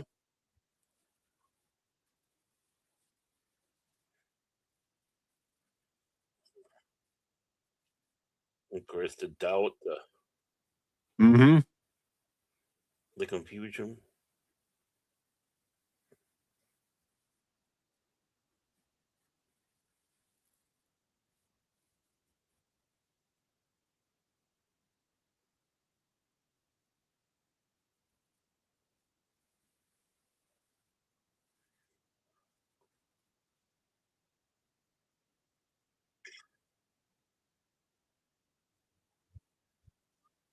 And it's a sad thing too that they had to take their uh, medical insignias off because those be the first target we hit.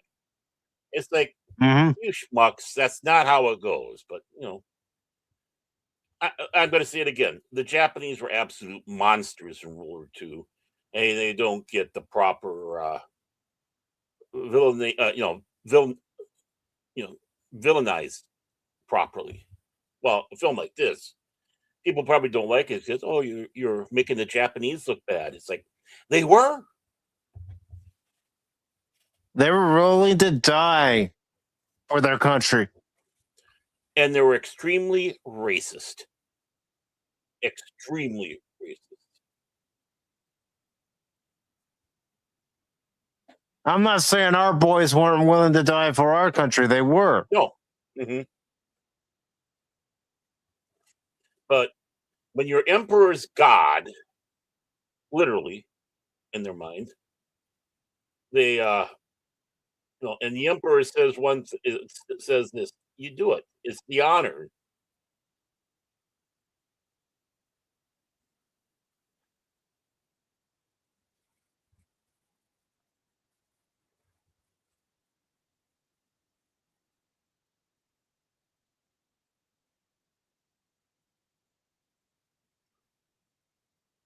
We don't want to be here.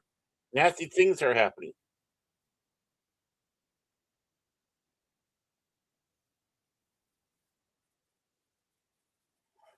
Magical morphine.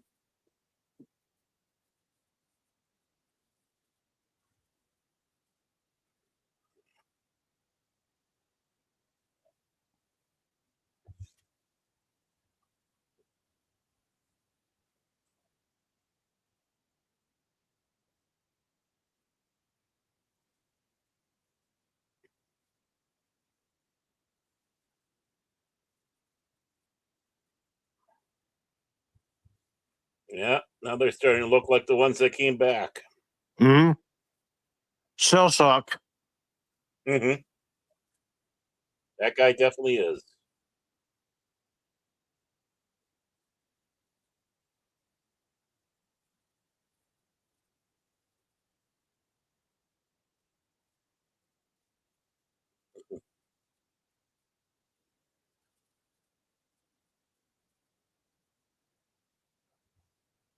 Remember your rope tying?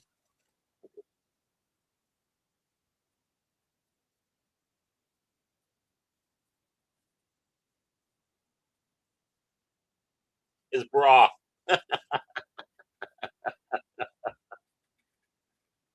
At least you want to ease their suffering Yep. by giving them the morphine. Definitely.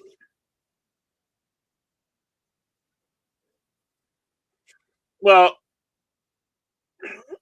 the big thing is despite what a lot of people think or whatever, they don't necessarily want the enemy all to be killed.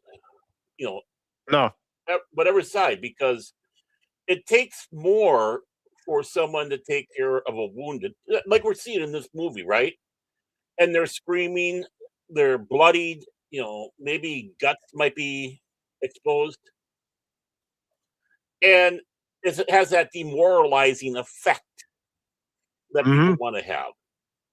That's why, like 223 and all that. Yeah, don't get me wrong, 223 ammunition are seven, uh, no, 556, which is the American, close to 223. Is isn't necessarily one that's designed to kill, even though it can. Don't get me wrong, it can. Yeah. But you just want to have, and that's the horror of war. We're seeing in this movie. We have all these pinheads out there that grew up on, you know, Call of Duty, and it's just, this is all, all a game, all whatever, and I got my respawn point. No, Exactly. this is it. This is it, you schmucks. This is what happens in war.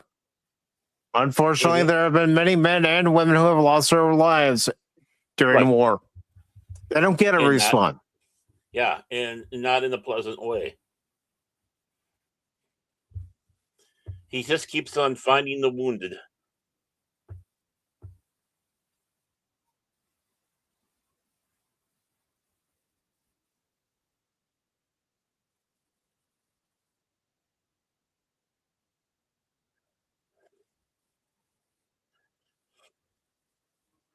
The last thing I do, I'm going to take out. Take out as many as I can. If they're going to take me out, I'll take them out. That was the mentality. Yep.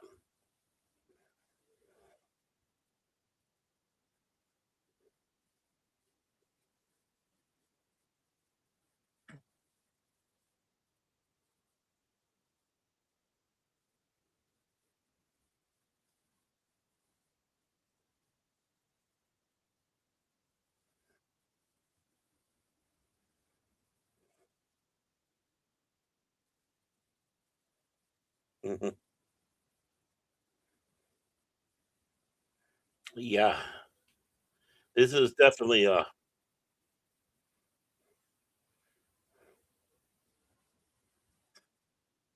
Bridge Too Far is an excellent movie. I do love We Were Soldiers.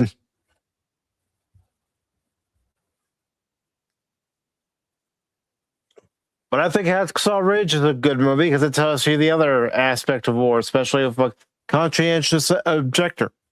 right.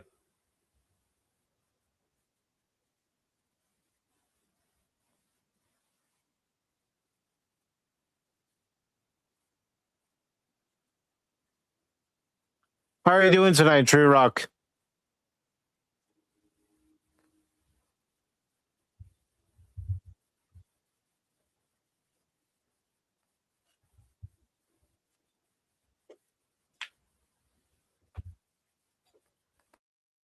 Three.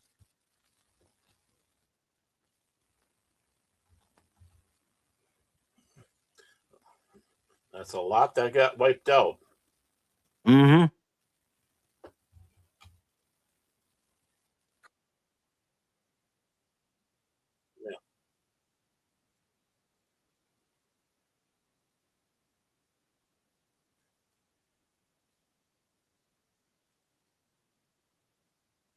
He's taking a jet, and it's going down there too. Yep.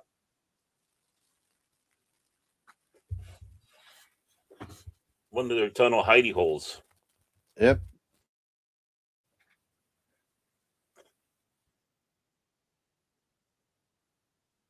More at work. Sorry to hear that, man.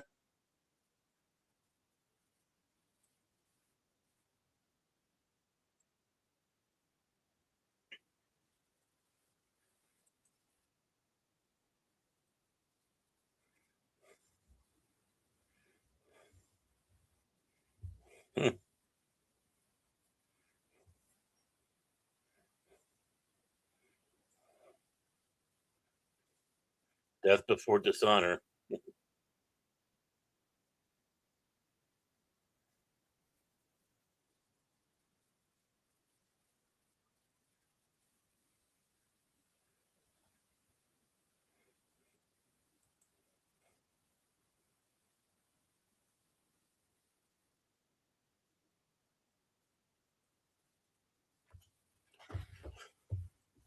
Bad time for a stealth choke.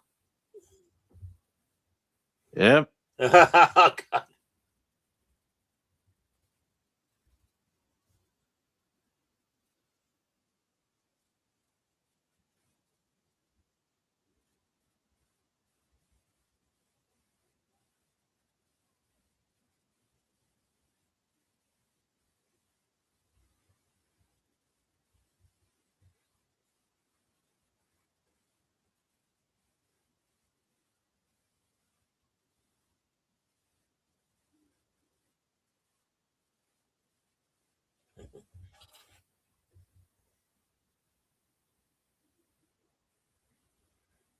Yeah.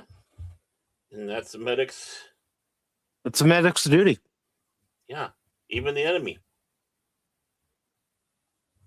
Help the wounded.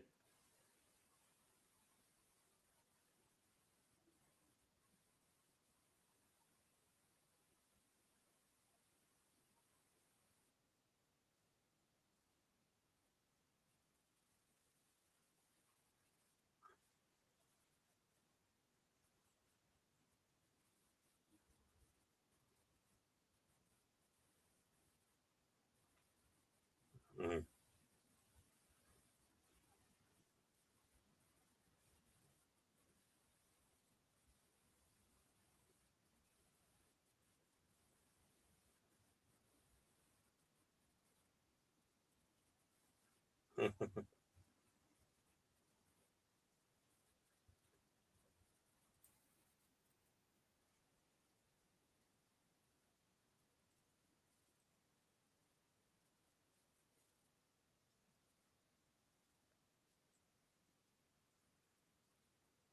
And think about it. He's lowering that rope with no gloves. Mm-hmm.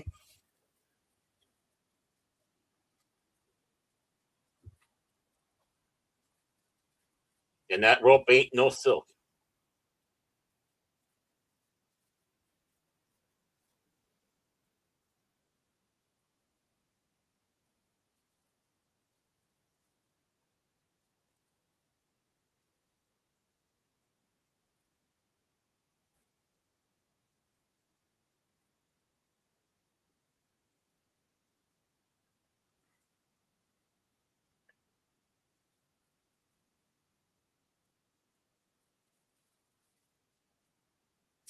How's her night going, DJ?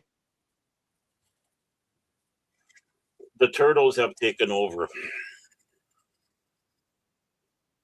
I don't know if he can hear me right now because he's on the bus. Oh, okay. But if he can,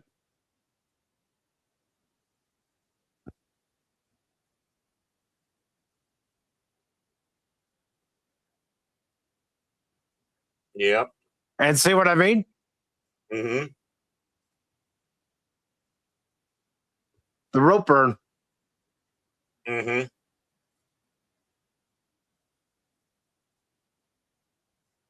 But just the exhaustion too.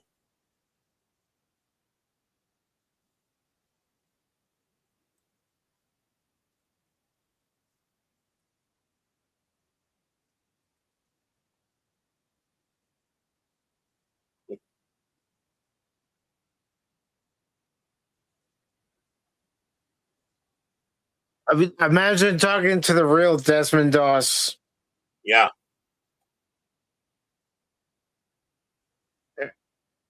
And just the life lessons he passed on to other people. Mm-hmm.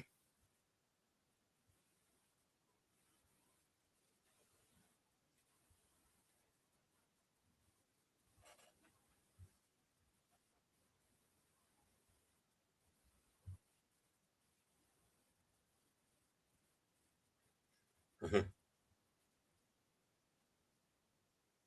They did not make it because of them, maybe? Maybe.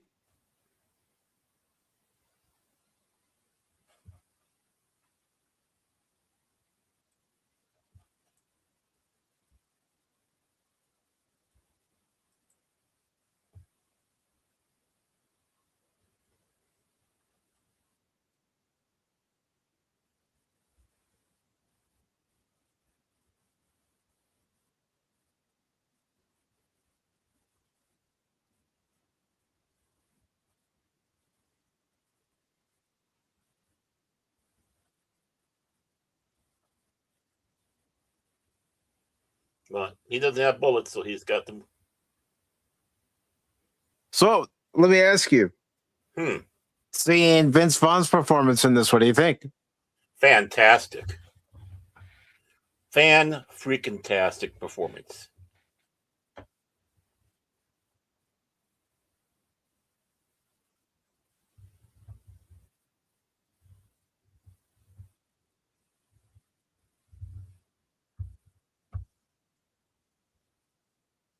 Mm-hmm. You know, in some ways, he almost has a slight Bruce Willis look to him. He does. Especially there in that scene, with Yeah. the way it was shot and the lighting, and the dirt all over his face. And Mm-hmm.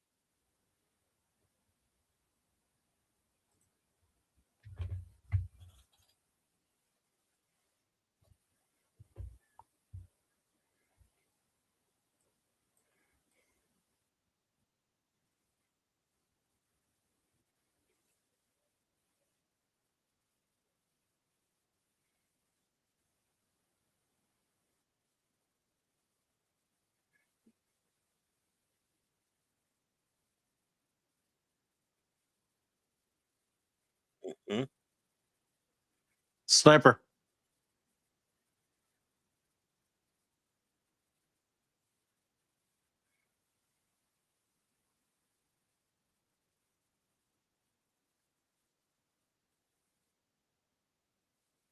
Mm-hmm.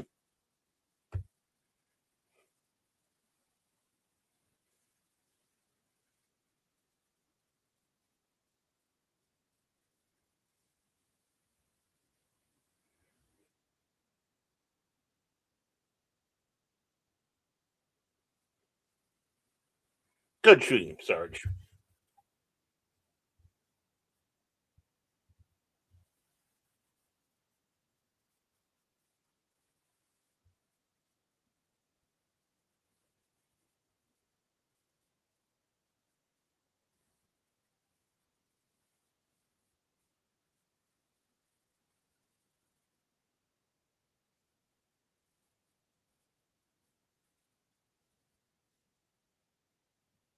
And inadvertently, he becomes a tail gunner. Yeah.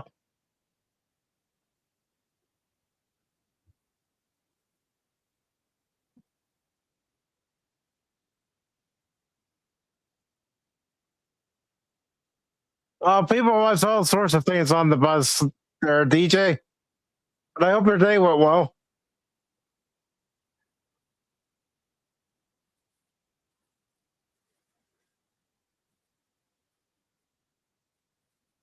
And that was a Chekhov's gun you didn't expect. It was set up, and there's it the was payoff. Right, but it was set up, but we figured it was a joke. It was set up as a joke. It's like, oh, okay, aha. But now look at it. No, how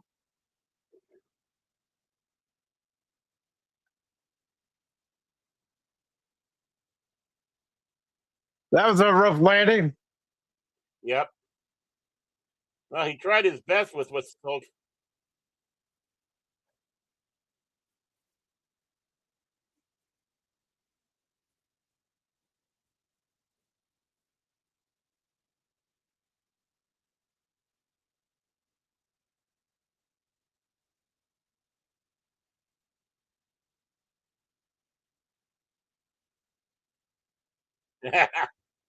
Yeah, that's.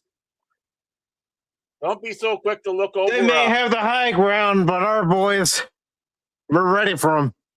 Yep.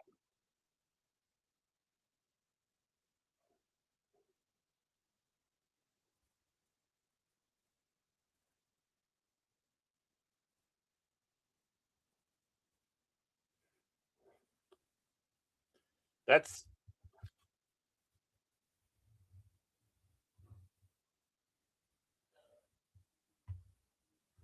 Yeah, he's still in the. I'd be jumpy too. Yeah, he's still in that moment. The adrenaline. That adrenaline's still flowing. Mm-hmm.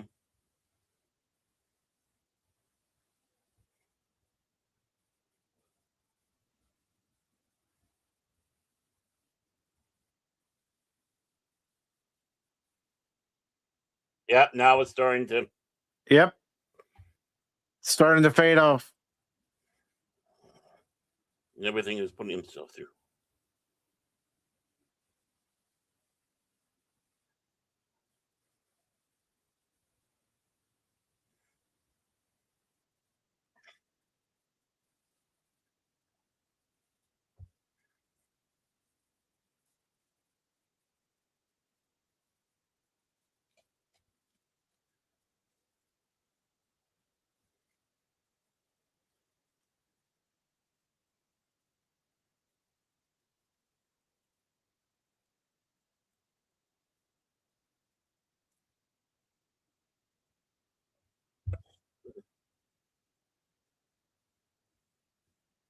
Yeah. Got all that blood and dirt off of him, and Yep.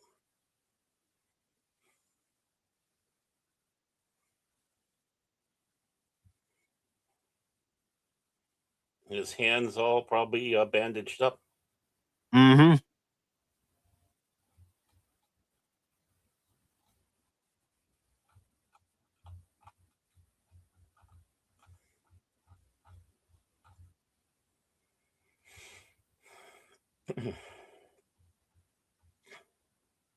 Yep.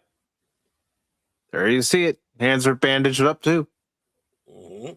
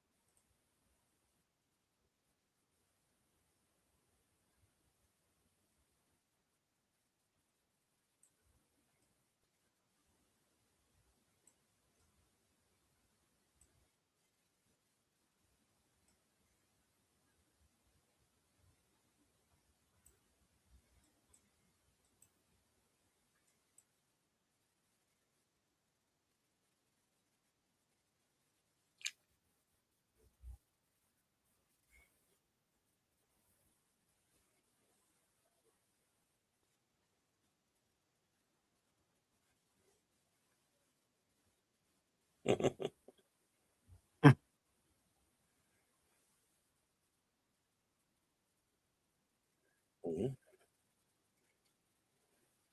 It's always good to try to get him on your side. Yep.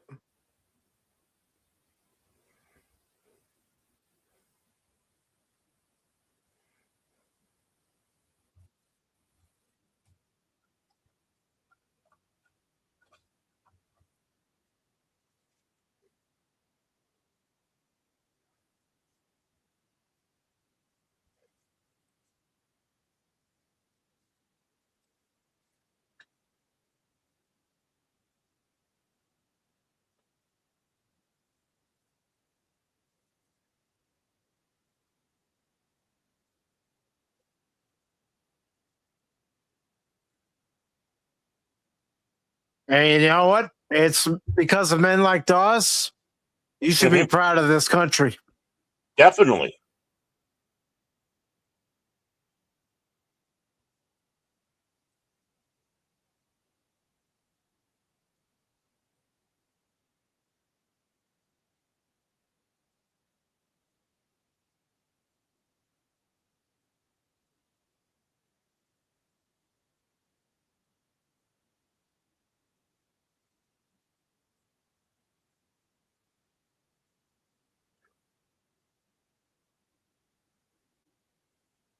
Brutal.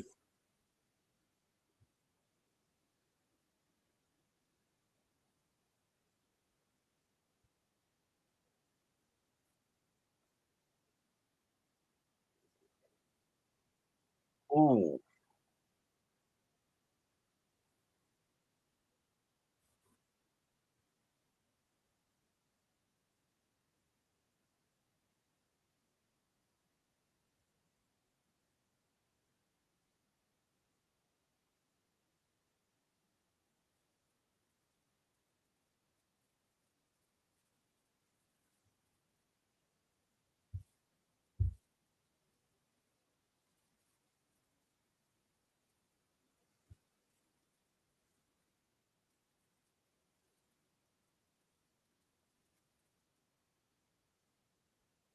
Yep.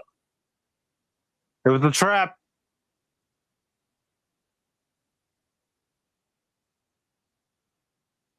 Ooh.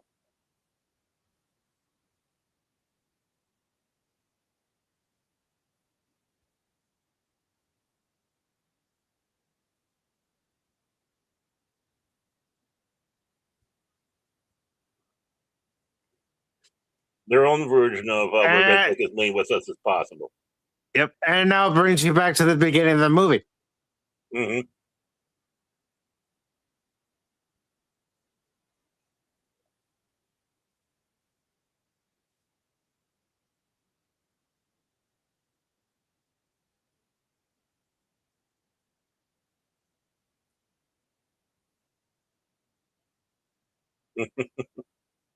You know he's going to get it. Yep. The honorable death of seppuku. Not that there's any honor in committing suicide.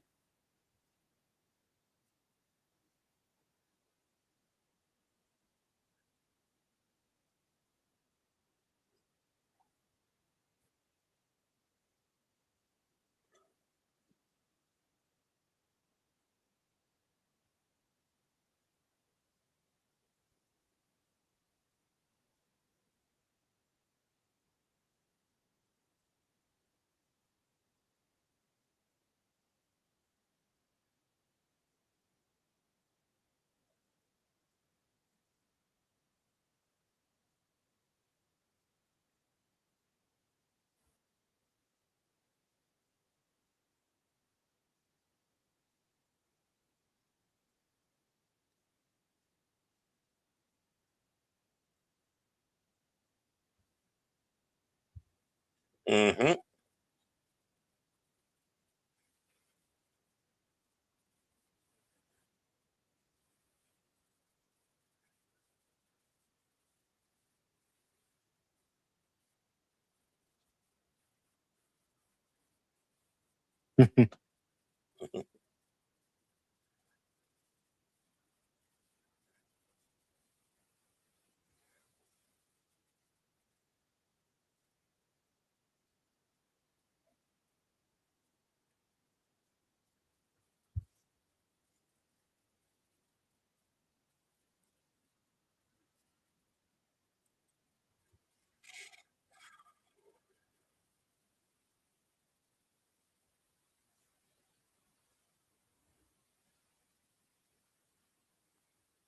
All the symbolism too. Yep.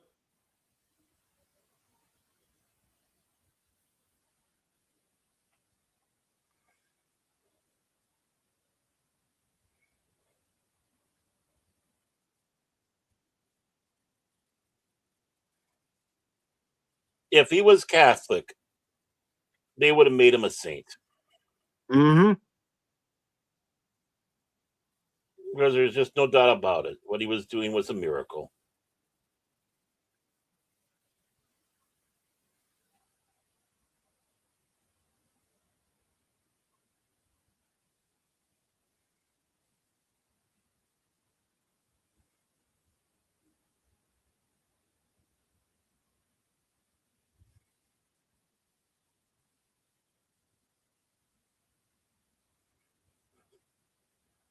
Aw.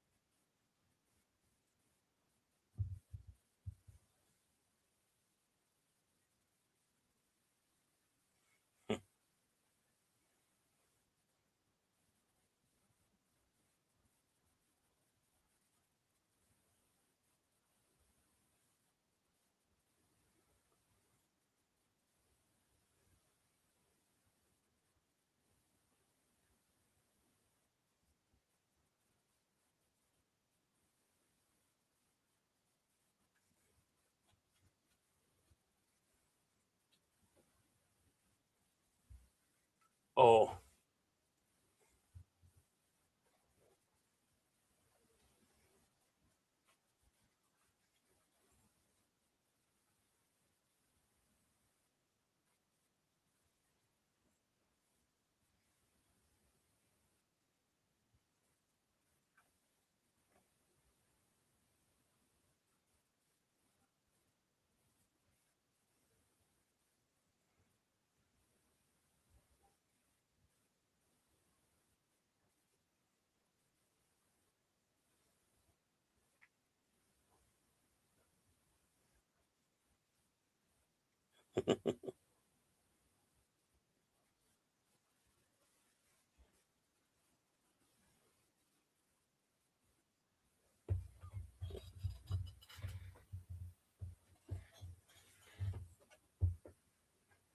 hmm.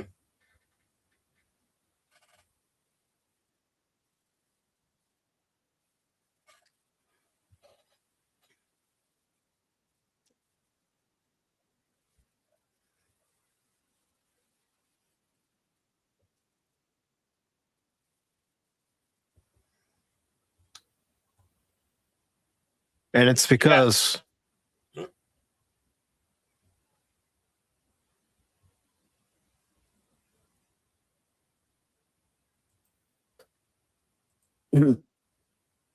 it's because of men like them. I'm proud of this country. Hmm.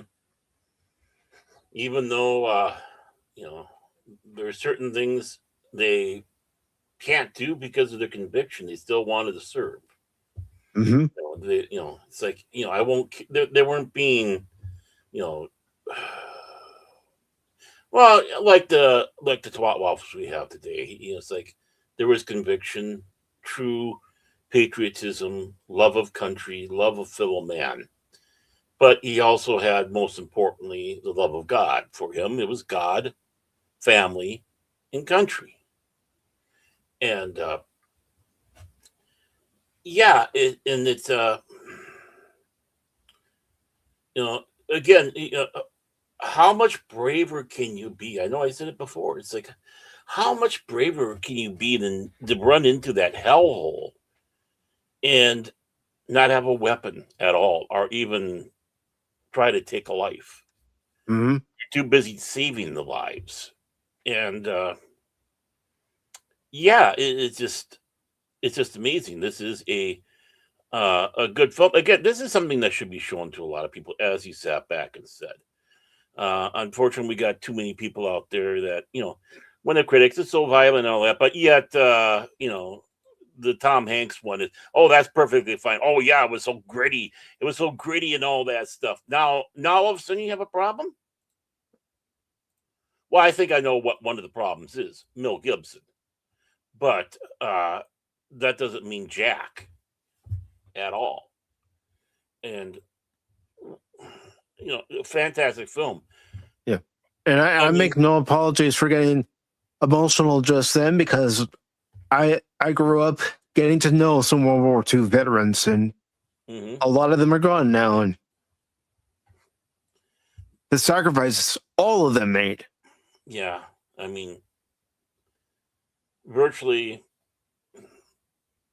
most of them are about gone, and it's taking the twat waffles out there the opportunity to start rewriting. Well, they were doing that before a lot of them were dying anyways, but to rewrite history and to change the narrative and sometimes even demonize our soldiers. By the way, did I do an FU Tucker Carlson yet today? I don't know, because we don't need to do that, Baron. I mean, well, his statement that he said about the soldiers. I understand because of that statement he said about the soldiers, but one of my reasons for wanting to show this is to show how proud we should be of our military. Whether it's a conscientious objector or someone who goes to firearms training to protect this country, we should all be proud of this country, because without the sacrifices those men and women make, we wouldn't be here doing this live stream right now. And I am sick and tired of people being ungrateful for the freedoms that they do have in this country, because they can live somewhere else where they do not, in any way, shape, or form, have any of the freedoms that we have. Exactly. And that's just it. I mean, you have a football player who leaves football to join the service and become the American sniper. You have, you hear all these stories where people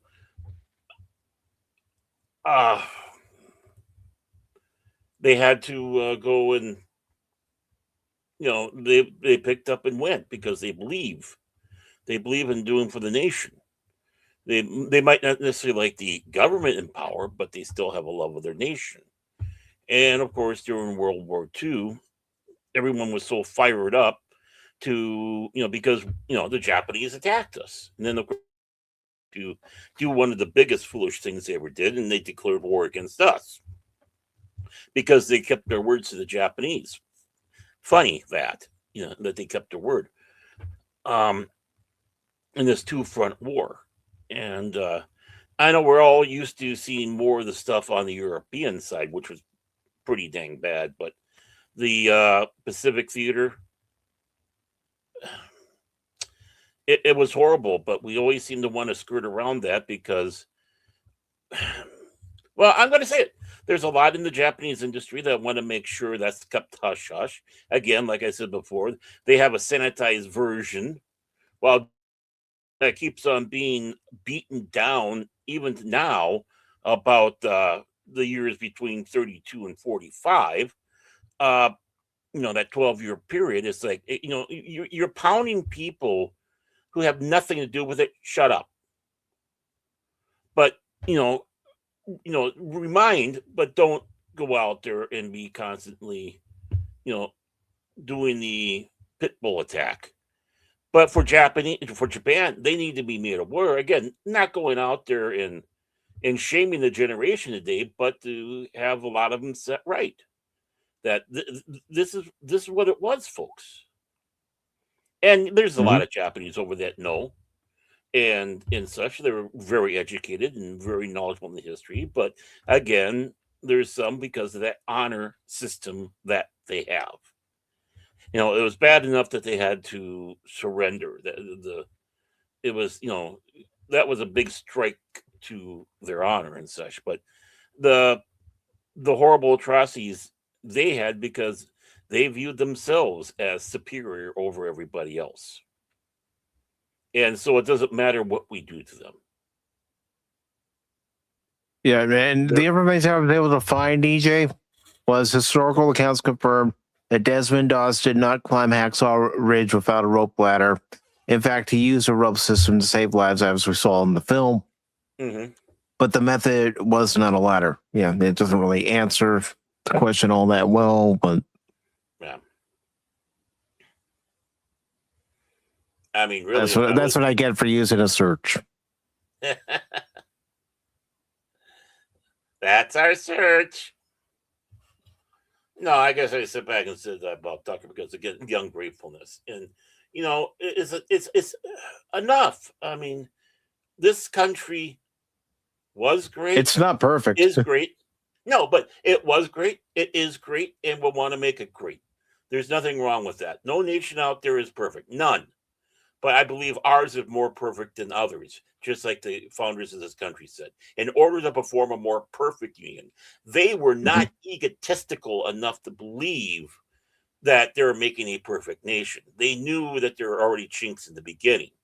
You had the argument going back and forth about the slavery and putting certain elements into the Constitution. I know our founding fathers was hoping that legally and argumentatively with the Constitution, they can sit back and say, "You can't look at the Constitution here. These are men, and they're endowed with life, liberty, and the pursuit of happiness. So therefore, they should not be slaves." I mean, I honestly believe that's what the anti-slavery and the ones that didn't like slavery were wanting to do as you were going with the Constitution, because there's no other way you can interpret it. None, right? But right. They knew it was imperfect, a more perfect nation. Unfortunately, it took a lot of, look at all the cowardness through the years, the know-nothings. James Buchanan, one of the most worthless presidents we had.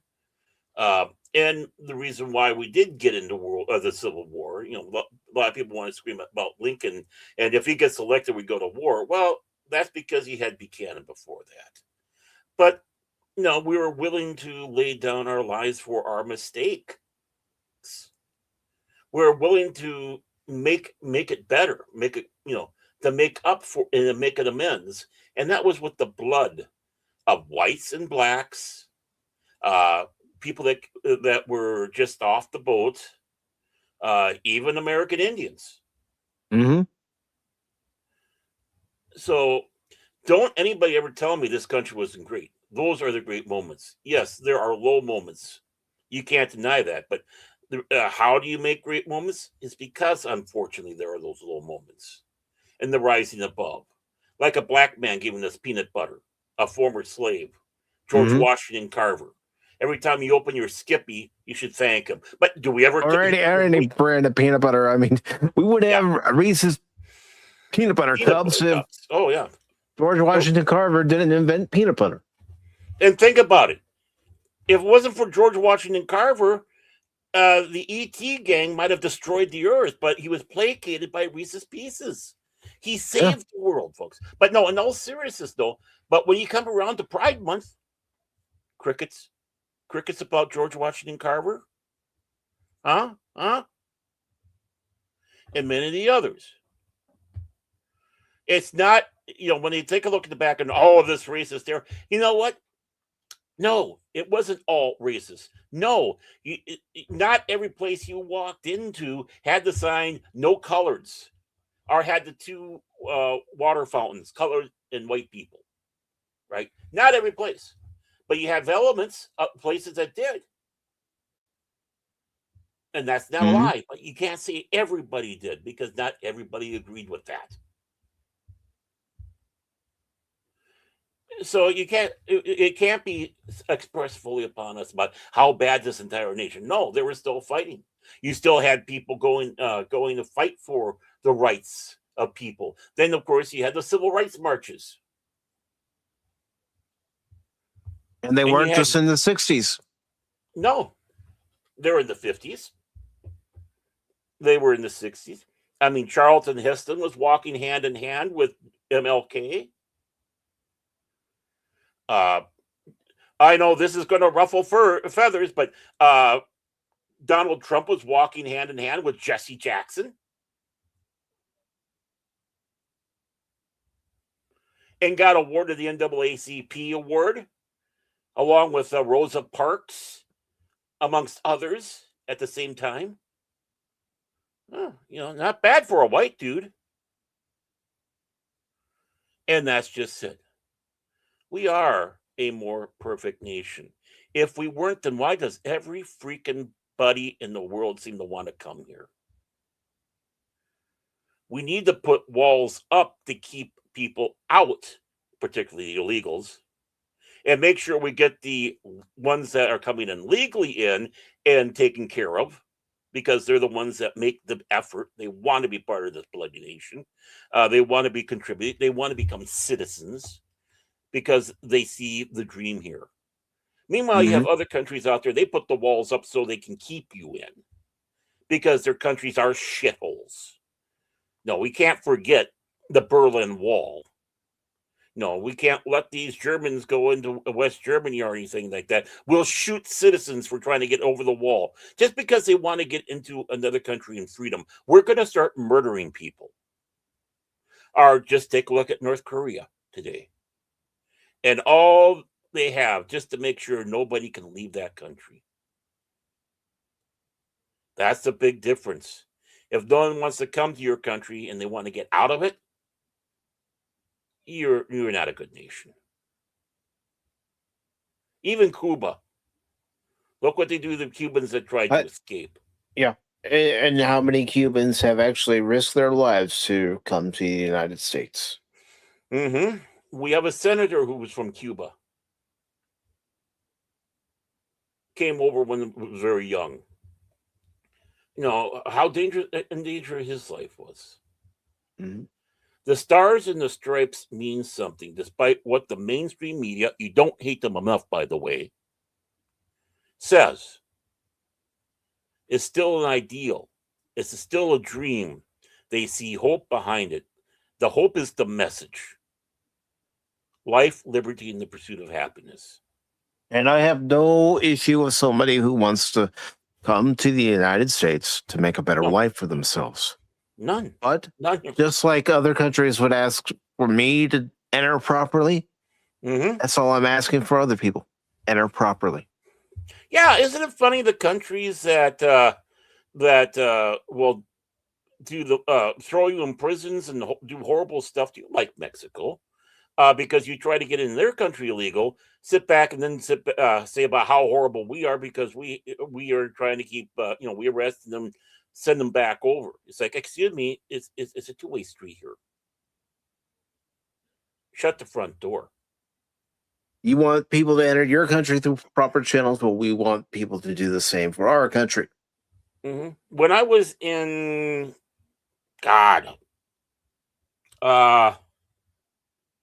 was it like, I can't remember what grade I was in. I don't think it was third. Maybe it was third grade or whatnot. But nearby, I had a friend growing up, and his sister was adopted and brought over from Korea. And we went to the federal house when they made her a citizen to this nation. And it's like that puts the perspective. You weren't a citizen. Now you are a citizen. Yeah, you came over because of adoption, but what about the other peoples that come over? And the tears that flow from their eyes when it's finally done, the years that they put in for the effort to pass the tests and prove their worth here, that that they're worthy to be a citizen, and that goes to all ethnic types. It doesn't matter if you're from Europe, Asia, Central America. It doesn't matter. We used to cover people becoming citizens of this country. And how proud they were. Yeah. It's like one of the people that my mom worked with, how proud that they were to become a U.S. citizen. All the work that they put in to become a citizen. Not just so they can vote, but so they can say that they're an American citizen.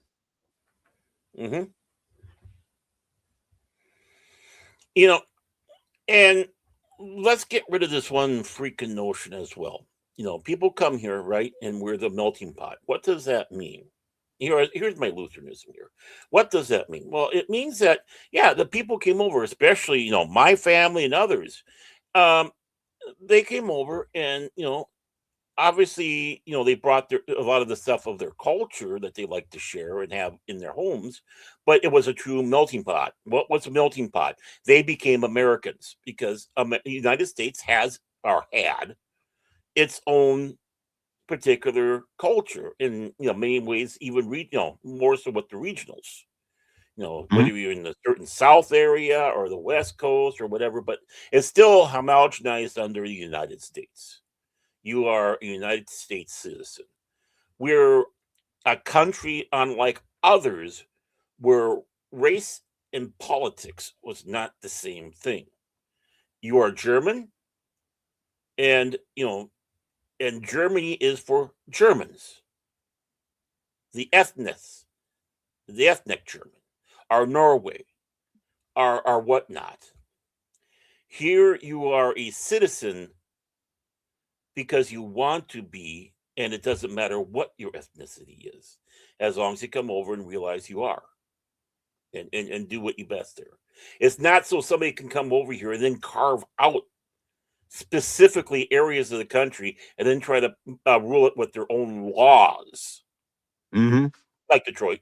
Hey, let's have Sharia law. No, no, no. We don't deal with that here, mother fluffer. There we go. I'll say that. Um, and whatnot. But other than that, it's like, yeah, it's welcoming until you start pissing us off. When you have leering centers all over the place that aren't, it's like, where's the kids? Where's the kids? Where's the playground that's supposed to be here? By law, you're supposed to have a playground. It has to be fenced in. Where is it, Mr. Leering Center? And the other ones that they had around. Yeah, then you get pissed off.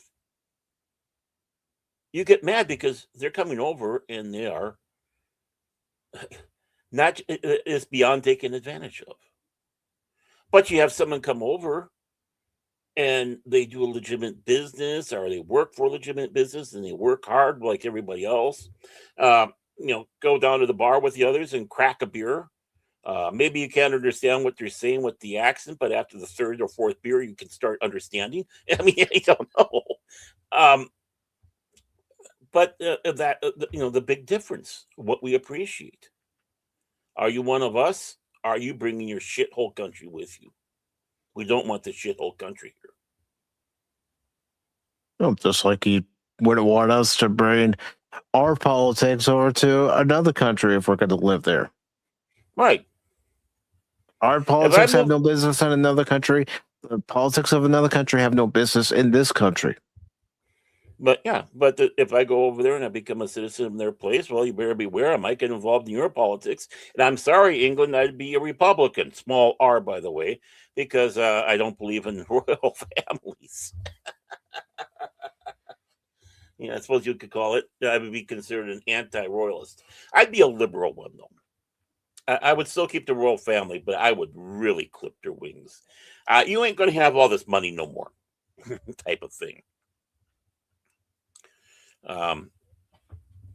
But that's just it. I wouldn't go over there and try to be the ugly American. Well, that wouldn't help you out at all if you went over No. there and you were the ugly American. Right. There's a Just reason don't- why some Americans gain that reputation as the ugly Americans because of their attitude.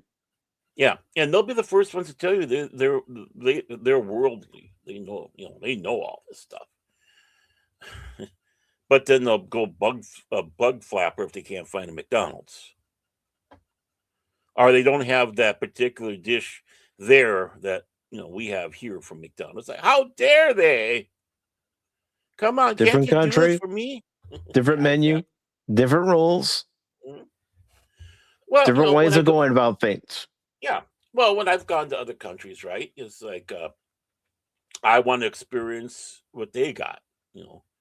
But I do make one exception. I do kind of like going to a McDonald's over there to see how they do it there. Hmm. And whatnot. It's like, what do they have on their menu that we don't have? And for what reasons? You go to Germany. I've never been to Germany, but you go to Germany, you get beer. Can you imagine having a meal deal with a Royale with cheese because of the metric system and a ice cold beer? Can I get a double quarter pounder meal with large fries and a large beer, a large Stein?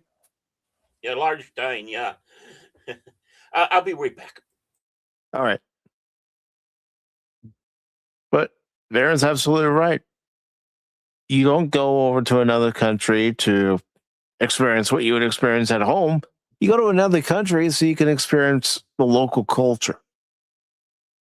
I would love to get a chance to go to Japan one day and experience the culture. And I'm not going to go over there and be the rude, ugly American. No, I'm going to watch my P's and Q's and be respectful to the way things are done there.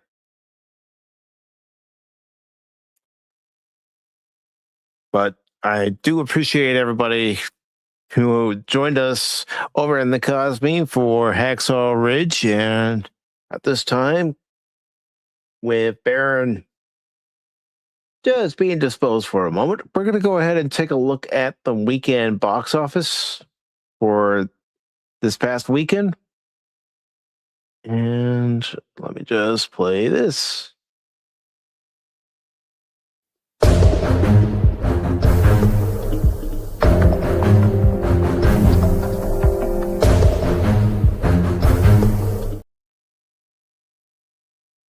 And of course, StreamYard is acting up. Thank you, StreamYard.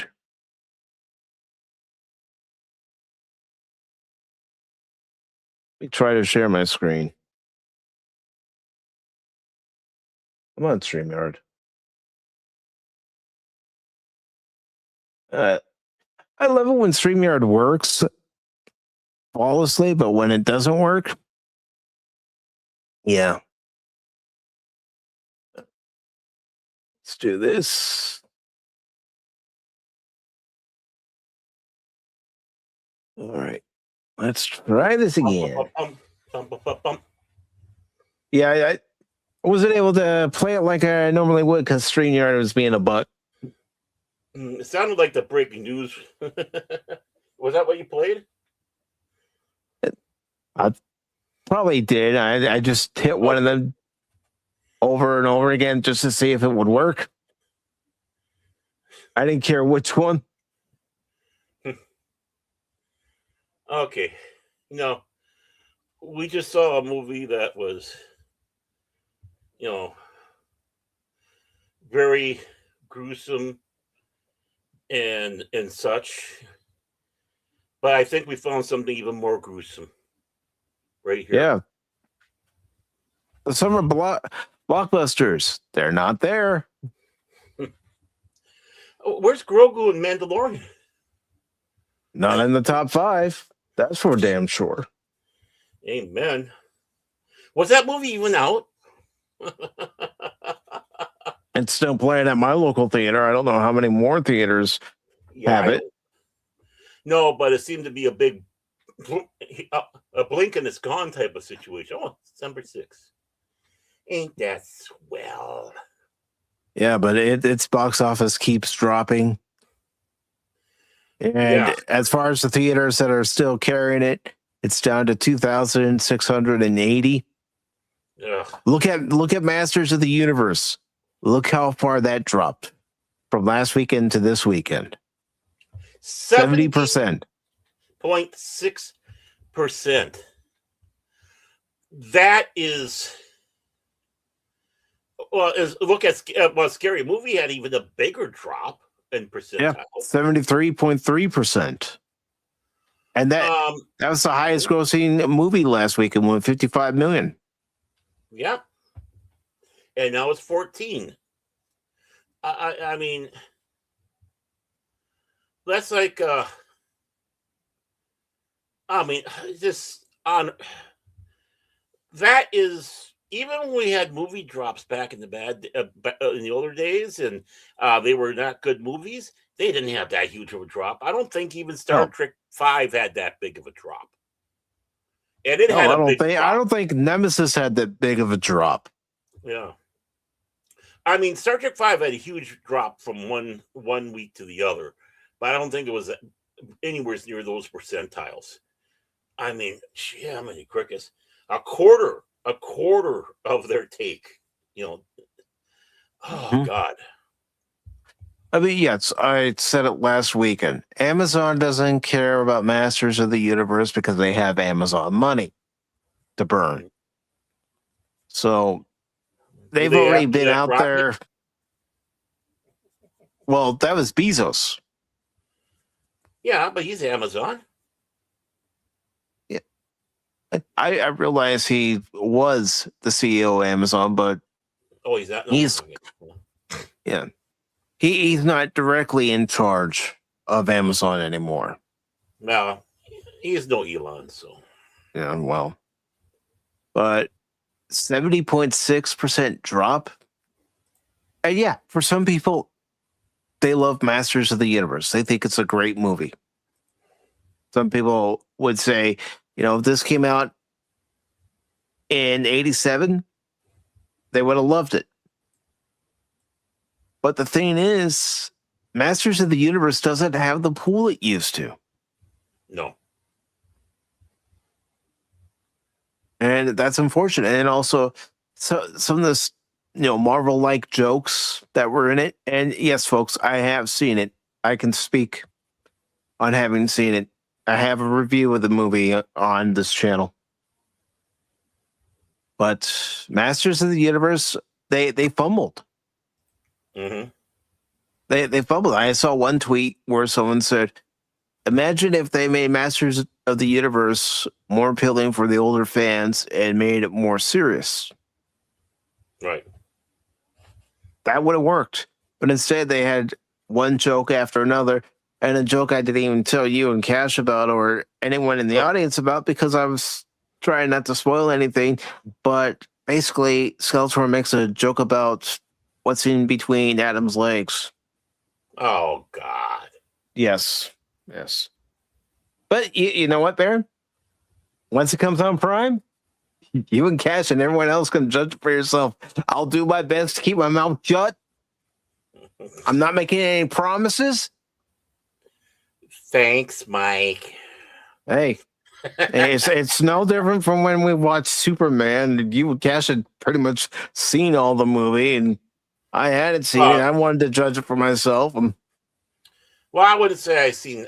I just You saw enough. You saw enough. I saw enough to get the flavor. It was dog ass flavored. That's pretty bad, but Yeah. Steven Spielberg, you can't say that he's the box office draw he used to be with Disclosure Day at 44 million just domestically, mind you. Now, of course, they are trying to spin it because the same news source, I think it was the Telegraph or something, I can't remember, but they first said, 44 million, it made, and then they did another one where it says, it made 80 some million globally. And it's like, okay, that's how you're going to try to make it look a lot better than it really is to the American people. And even then, with that amount, is still pathetic for Steven Spielberg. Yeah, that would, especially when he's had movies that have made upwards to 100 million to 200 million at the box office in its opening weekend. Yeah, I mean, so 90-some million. So, even 92 million would be domestically 92 million would have been a disappointment for a Spielberg film. Mm-hmm. And Lady Mist, I'm talking about this year's Masters of the Universe movie. Yeah, if we're going to do a watch party on it, I'm going to hear Baron and Cash and everyone else moan and say, Mike, you're an asshole. I have the pronouns. No, I'm a villain.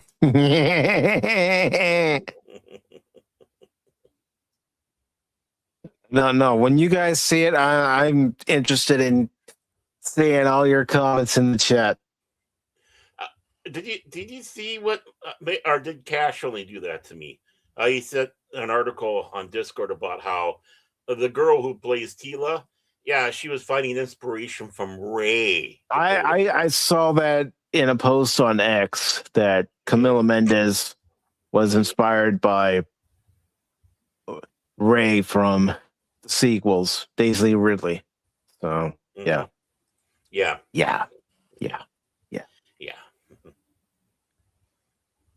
And you know, some people I know were saying, "Oh, Tila wasn't a girl boss. There's nothing woke in the movie." Well, you know, that's a matter of opinion. Right. I have my opinion. They have their opinion. Other people have their opinion. He, him, man. He, man. I will still stand by. I don't think that Adam should have transformed into He-Man as early as he did.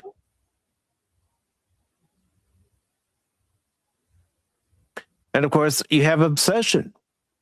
Now, Obsession was made for $10 million. $10 million. And it's been managing to stick around the top two. Wait a moment. Wasn't Obsession the 750 to $1 million? But Backrooms was the one that.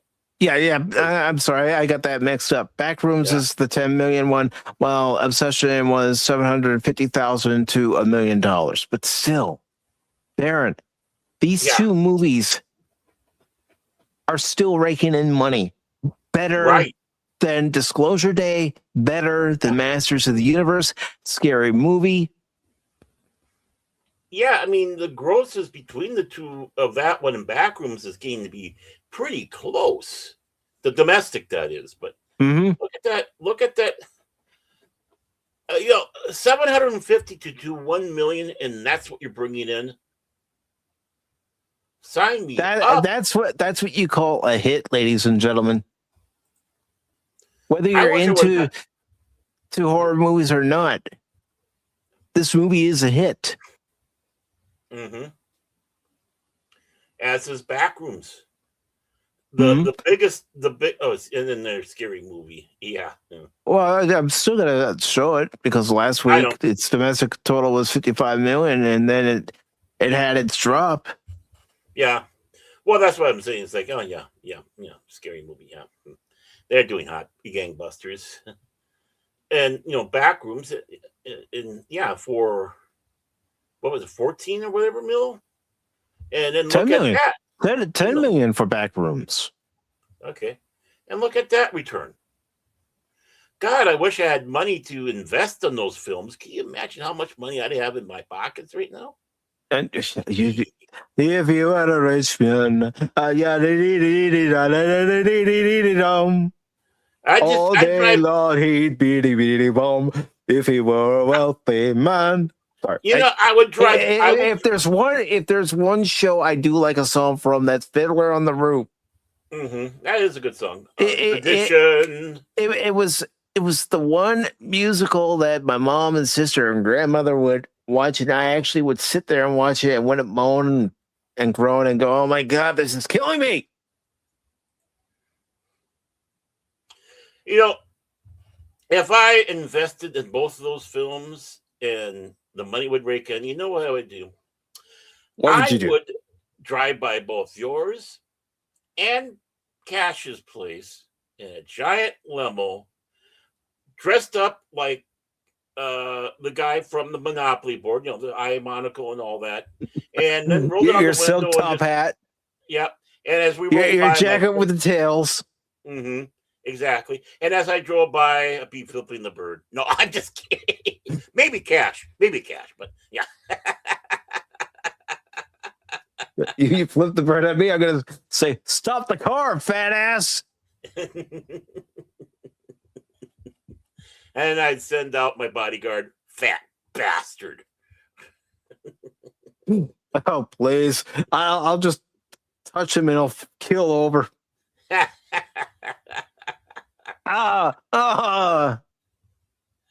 But I would get a monocle and wear the monocle. You want to know more about my investments, everybody? I invest You'd be smoking the finest tobacco out of the finest pipe, and Mm-hmm. Yeah, but my, yeah, my illegal Cubano cigars being dropped in. obsession and in the back rooms. Hits. Yeah. Oh, Hollywood take note. Hollywood take note. You don't have to have big budget movies to have success. You have to have a movie that actually draws people to the theater, makes them want to go spend money at the theater. Right, because if you take a look at that percentage of what you're making back, more than makes up. You'll be making more money than with these box office bombs that you keep on having. Mm-hmm. Yeah, where Backrooms did lose 161 theaters, Obsession gained 168 theaters. And it's been out longer than Backrooms by a week. Mm-hmm. By a couple weeks. Yeah. Oh, yeah, there they are. There's the weeks. Yeah, 5 weeks and 3 weeks. Mm-hmm. And then, what the hell? yeah, and then you have The Mandalorian and Grogu. 4.7 million. Mm-hmm. And it's only made a combined total of $315,072,355. Yeah, Disney's not happy. They are not happy. I wouldn't be. Oh, but its budget was only 165 million or so. Oh, yeah. What about the marketing? Yeah. There's other factors that get put into it. So, yeah, I mean, they might get a profit, but definitely not much. Again, it comes down to that. What's the percentage of your profit? Mm-hmm. And you see that it keeps losing theaters. It's only in 2,680 theaters now. Yeah. And had a 52.8% drop. Mm-hmm. So at least it's doing a little better than Masters of the Universe, but not much. No. Then you have Michael. Michael keeps making money. Yep. People have gone to see it. They like it. It's knocking at 1 billion. It might make it. Yeah, it very well could make it. Well, we were wrong about which one was that again? Oh, Mario. Yeah, I didn't think Super Mario Galaxy was going to make $1 billion, because after a while it looked like it wasn't going to make it, but because of that international audience, it made it to $1 billion. Yeah, I mean, I thought it would, but then I saw that slowing down, and I said, I don't think it's going to make it now. We're both wrong. Yeah, and I admitted it. When Cash posted the article saying that it crossed $1 billion, I posted it on X. I said, looks like I was wrong. Yeah. I'm seeing it on the air. So I've said it too. I said it last week. Mm-hmm.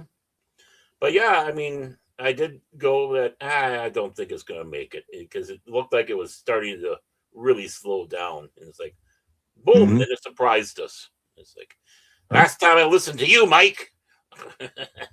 Well, I was going by how the numbers looked at the time. Yeah, I know. And the same here. Yeah. But you got to. I don't consider myself an expert when it comes to box office numbers.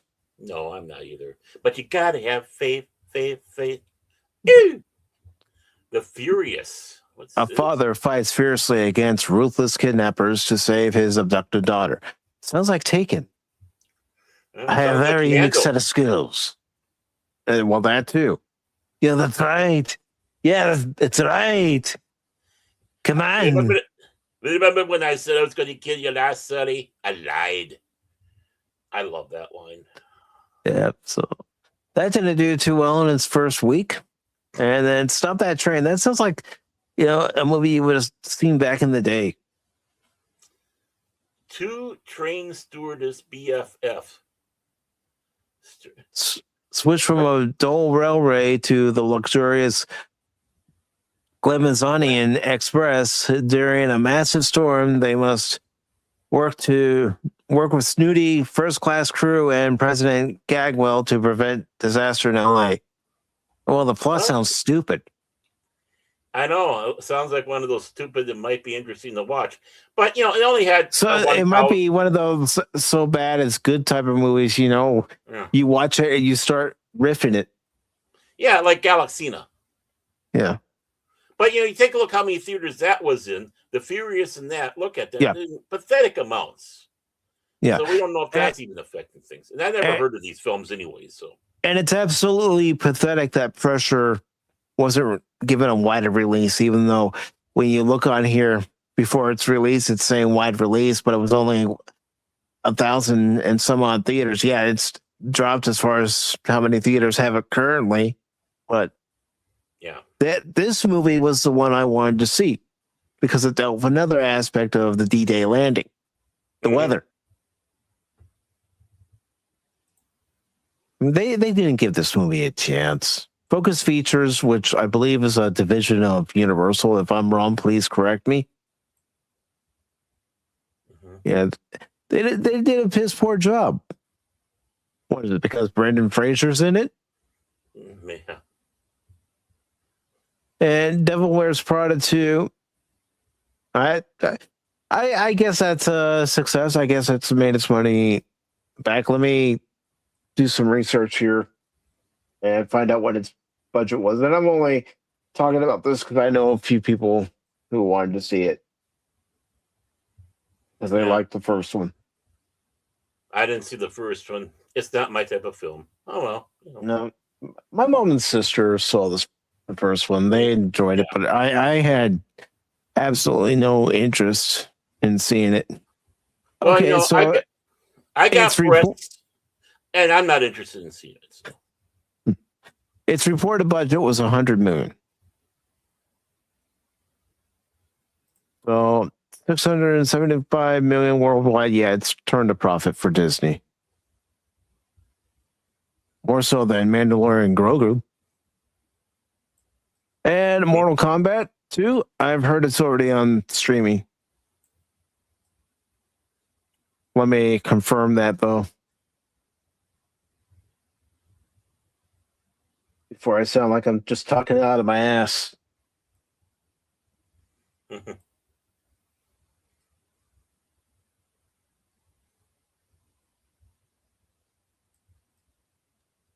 Let's see.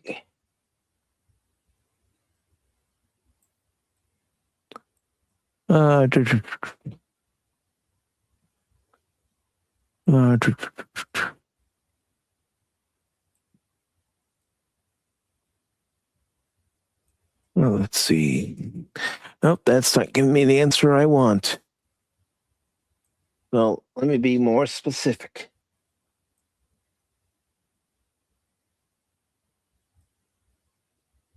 And see what answer I get.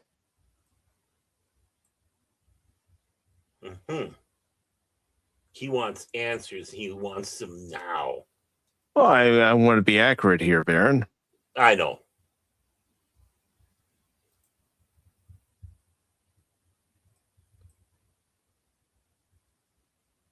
5 days ago from Decider, let's see what it says. The sequel to the 2021 reboot of Mortal Kombat film is heading to premium video on demand as a, I just want to know, is it on there now or is it soon to be on there? And by soon, that could be next month. That could be, Tuesday.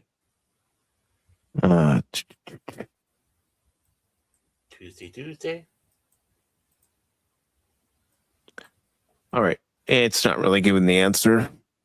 So I'm just going to do it this way. I'm going to Amazon, for example. Amazon, and I'll see if they have a digital release date.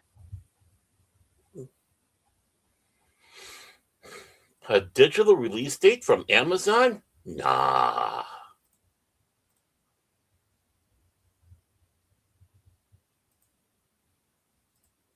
All right, let's see.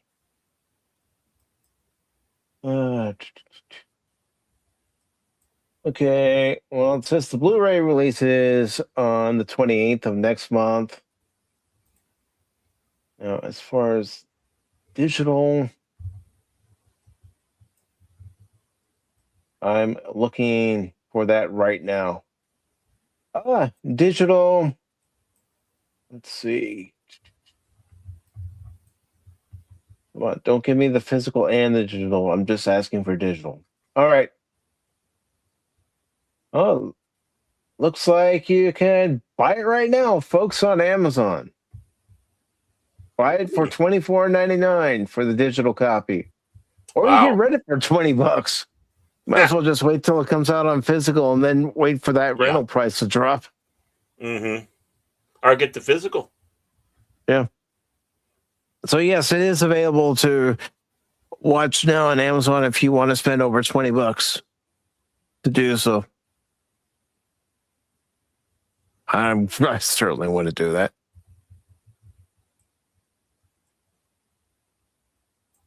But yeah, these weekend box office totals, Baron, pitiful. They've been pitiful the last couple of years, especially. Yep. I think this year even the worse. And we look at the weekend box. Go ahead. I think, just, things that should have been big booms, fizzle. Mm-hmm. It's like the guy going on a date only lasting 5 seconds. Sure, it's not his problem; it's her problem. But still, I mean, that's not the way it's supposed to be going there, Mr. Office movie guy. And this is embarrassing, except for 2 films made on a shoestring budget. Mm-hmm. The last big hit that you could say that actually was drawing people to the theaters each and every weekend for a period of time was Deadpool and Wolverine. Mm-hmm. It's going to be interesting to see how the next Dune movie does and who's going to want to show up for the next Avengers movie. I won't be there. I don't think Spider-Man Brand New Day is going to do all that well. Just my opinion, but I don't see Tom Holland being that big of a draw as far as his Spider-Man movies are concerned. No. I mean, if he was a big draw with his Spider-Man, they wouldn't have to lump another actor from the Avengers movies, like Mark Ruffalo as Hulk, try to bring people to the theater. He should be able to stand on his own. Mark Ruffalo is the Hulk. I was like, you gotta be kidding me. I mean, I'm sorry. I never liked him before the politics, so it has nothing to do with his politics. Just, when I saw the big Avengers film, and you want to know the secret, I'm always angry and all that. It's like, my God, you are a pathetic Bruce Banner and you're a pathetic Hulk. Well, Hollywood didn't like Edward Norton as Hulk, and that's why we got him. Yeah, because Edward Norton could be a little bit of a pain in the ass. Well, I'm not saying he can't be. Of course he can be. And I'm sure the Mark Ruffalo can be a pain in the ass too. So you should stay with more talent. Hell, even we can be pains in the asses, Baron. Yeah, that's true.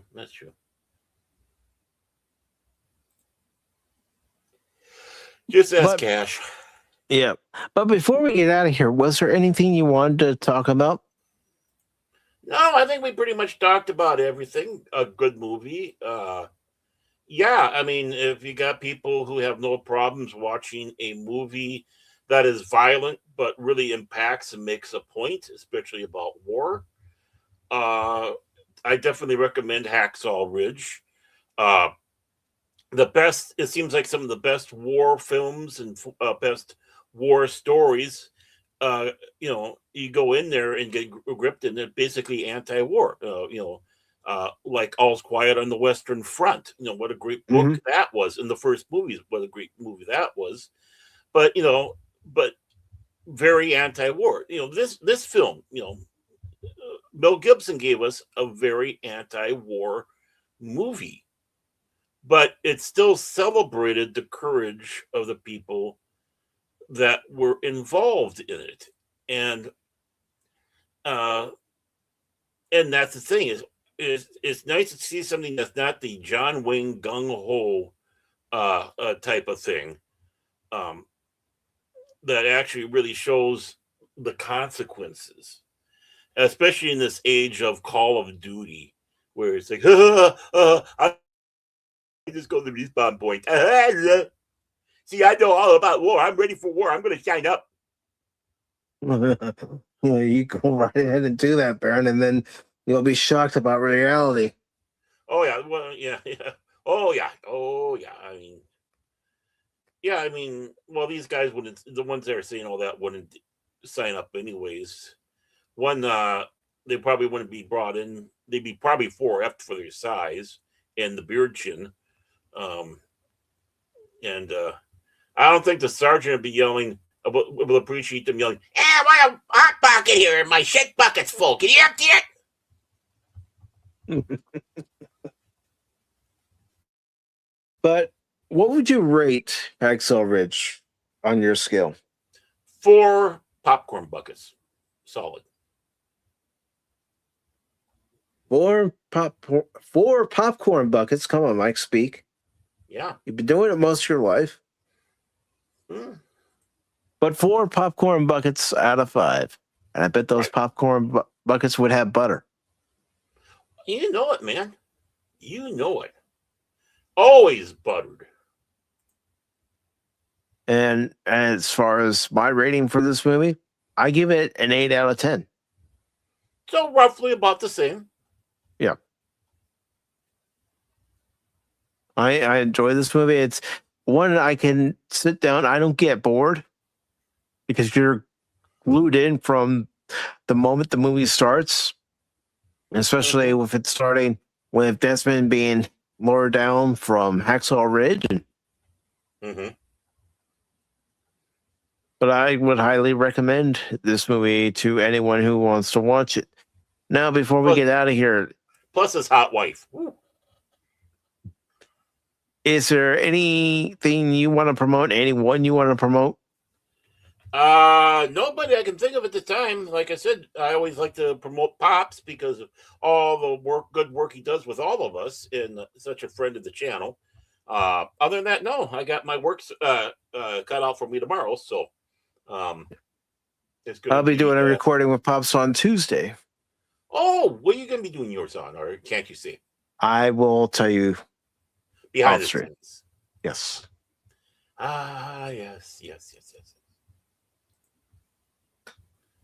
But I do want to take the time to thank everybody who stopped into the chat to watch the not as well produced as other podcast show known as Pacific414 Pop Talk, but I appreciate you all being here. That's why he's sending me to producer school, because I'm not really cutting it as pseudo producer. I need to, I got, get my game. I want to thank Lady Miss for stopping in and watching the movie with us tonight. Really appreciate it, Lady Miss. Of course, Tim, he was over on both YouTube and Rumble. And then we also had Iron One. And no, Ireland, we weren't just talking about the same old shit. We were talking about reality. So thank you for coming by anyway. I also want to thank Sylvia, your lovely artist, for stopping in. Thank you very much. And of course, I also want to thank Red Panda for stopping in. Thank you very much. Tree Rock, thank you for stopping in. Really enjoyed having you here. And of course, DJ Runny G and his turtles. Nerd! But as far as what's coming up on Pacific414 for Tuesday, at 6 p.m. Eastern Daylight Time on YouTube, Rumble, and Blaze, I will be playing more Metal Eden and seeing how far I can get in that game. And then Wednesday, I invite you all to join us for our last watch party of the month. And that last watch party of the month will be a great movie, and it's Stanley Kubrick's Full Metal Jacket. So I invite you to join us for that at 6 p.m. Eastern Daylight Time on Wednesday. And then on Thursday, I'll be playing some of Mouse PI for Hire. But until then, everybody, you have yourselves a good night. Hit that like button, share out the stream, consider following or subscribing, and remember 2 things on Pacific414. I'm not just a baseball guy, I'm an all-around guy, and don't ever give up on me when I play a game, because just when you do, you might miss something. Take care, all. Autobots, transform and roll out!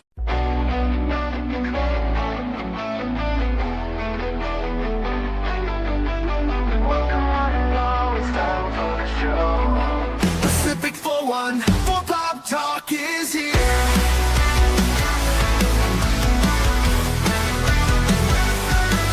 Sit back and relax and join the conversation.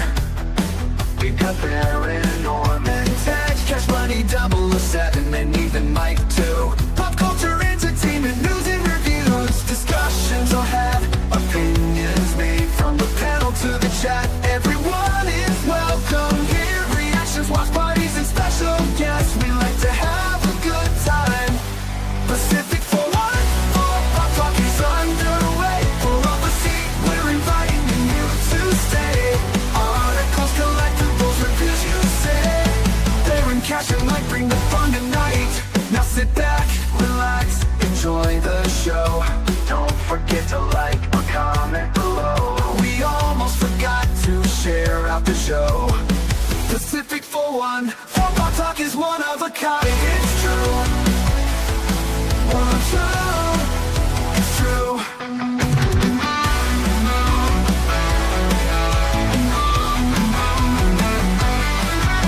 Sit back, relax, and enjoy the show. Don't forget to like or comment below. We almost forgot to share out the show.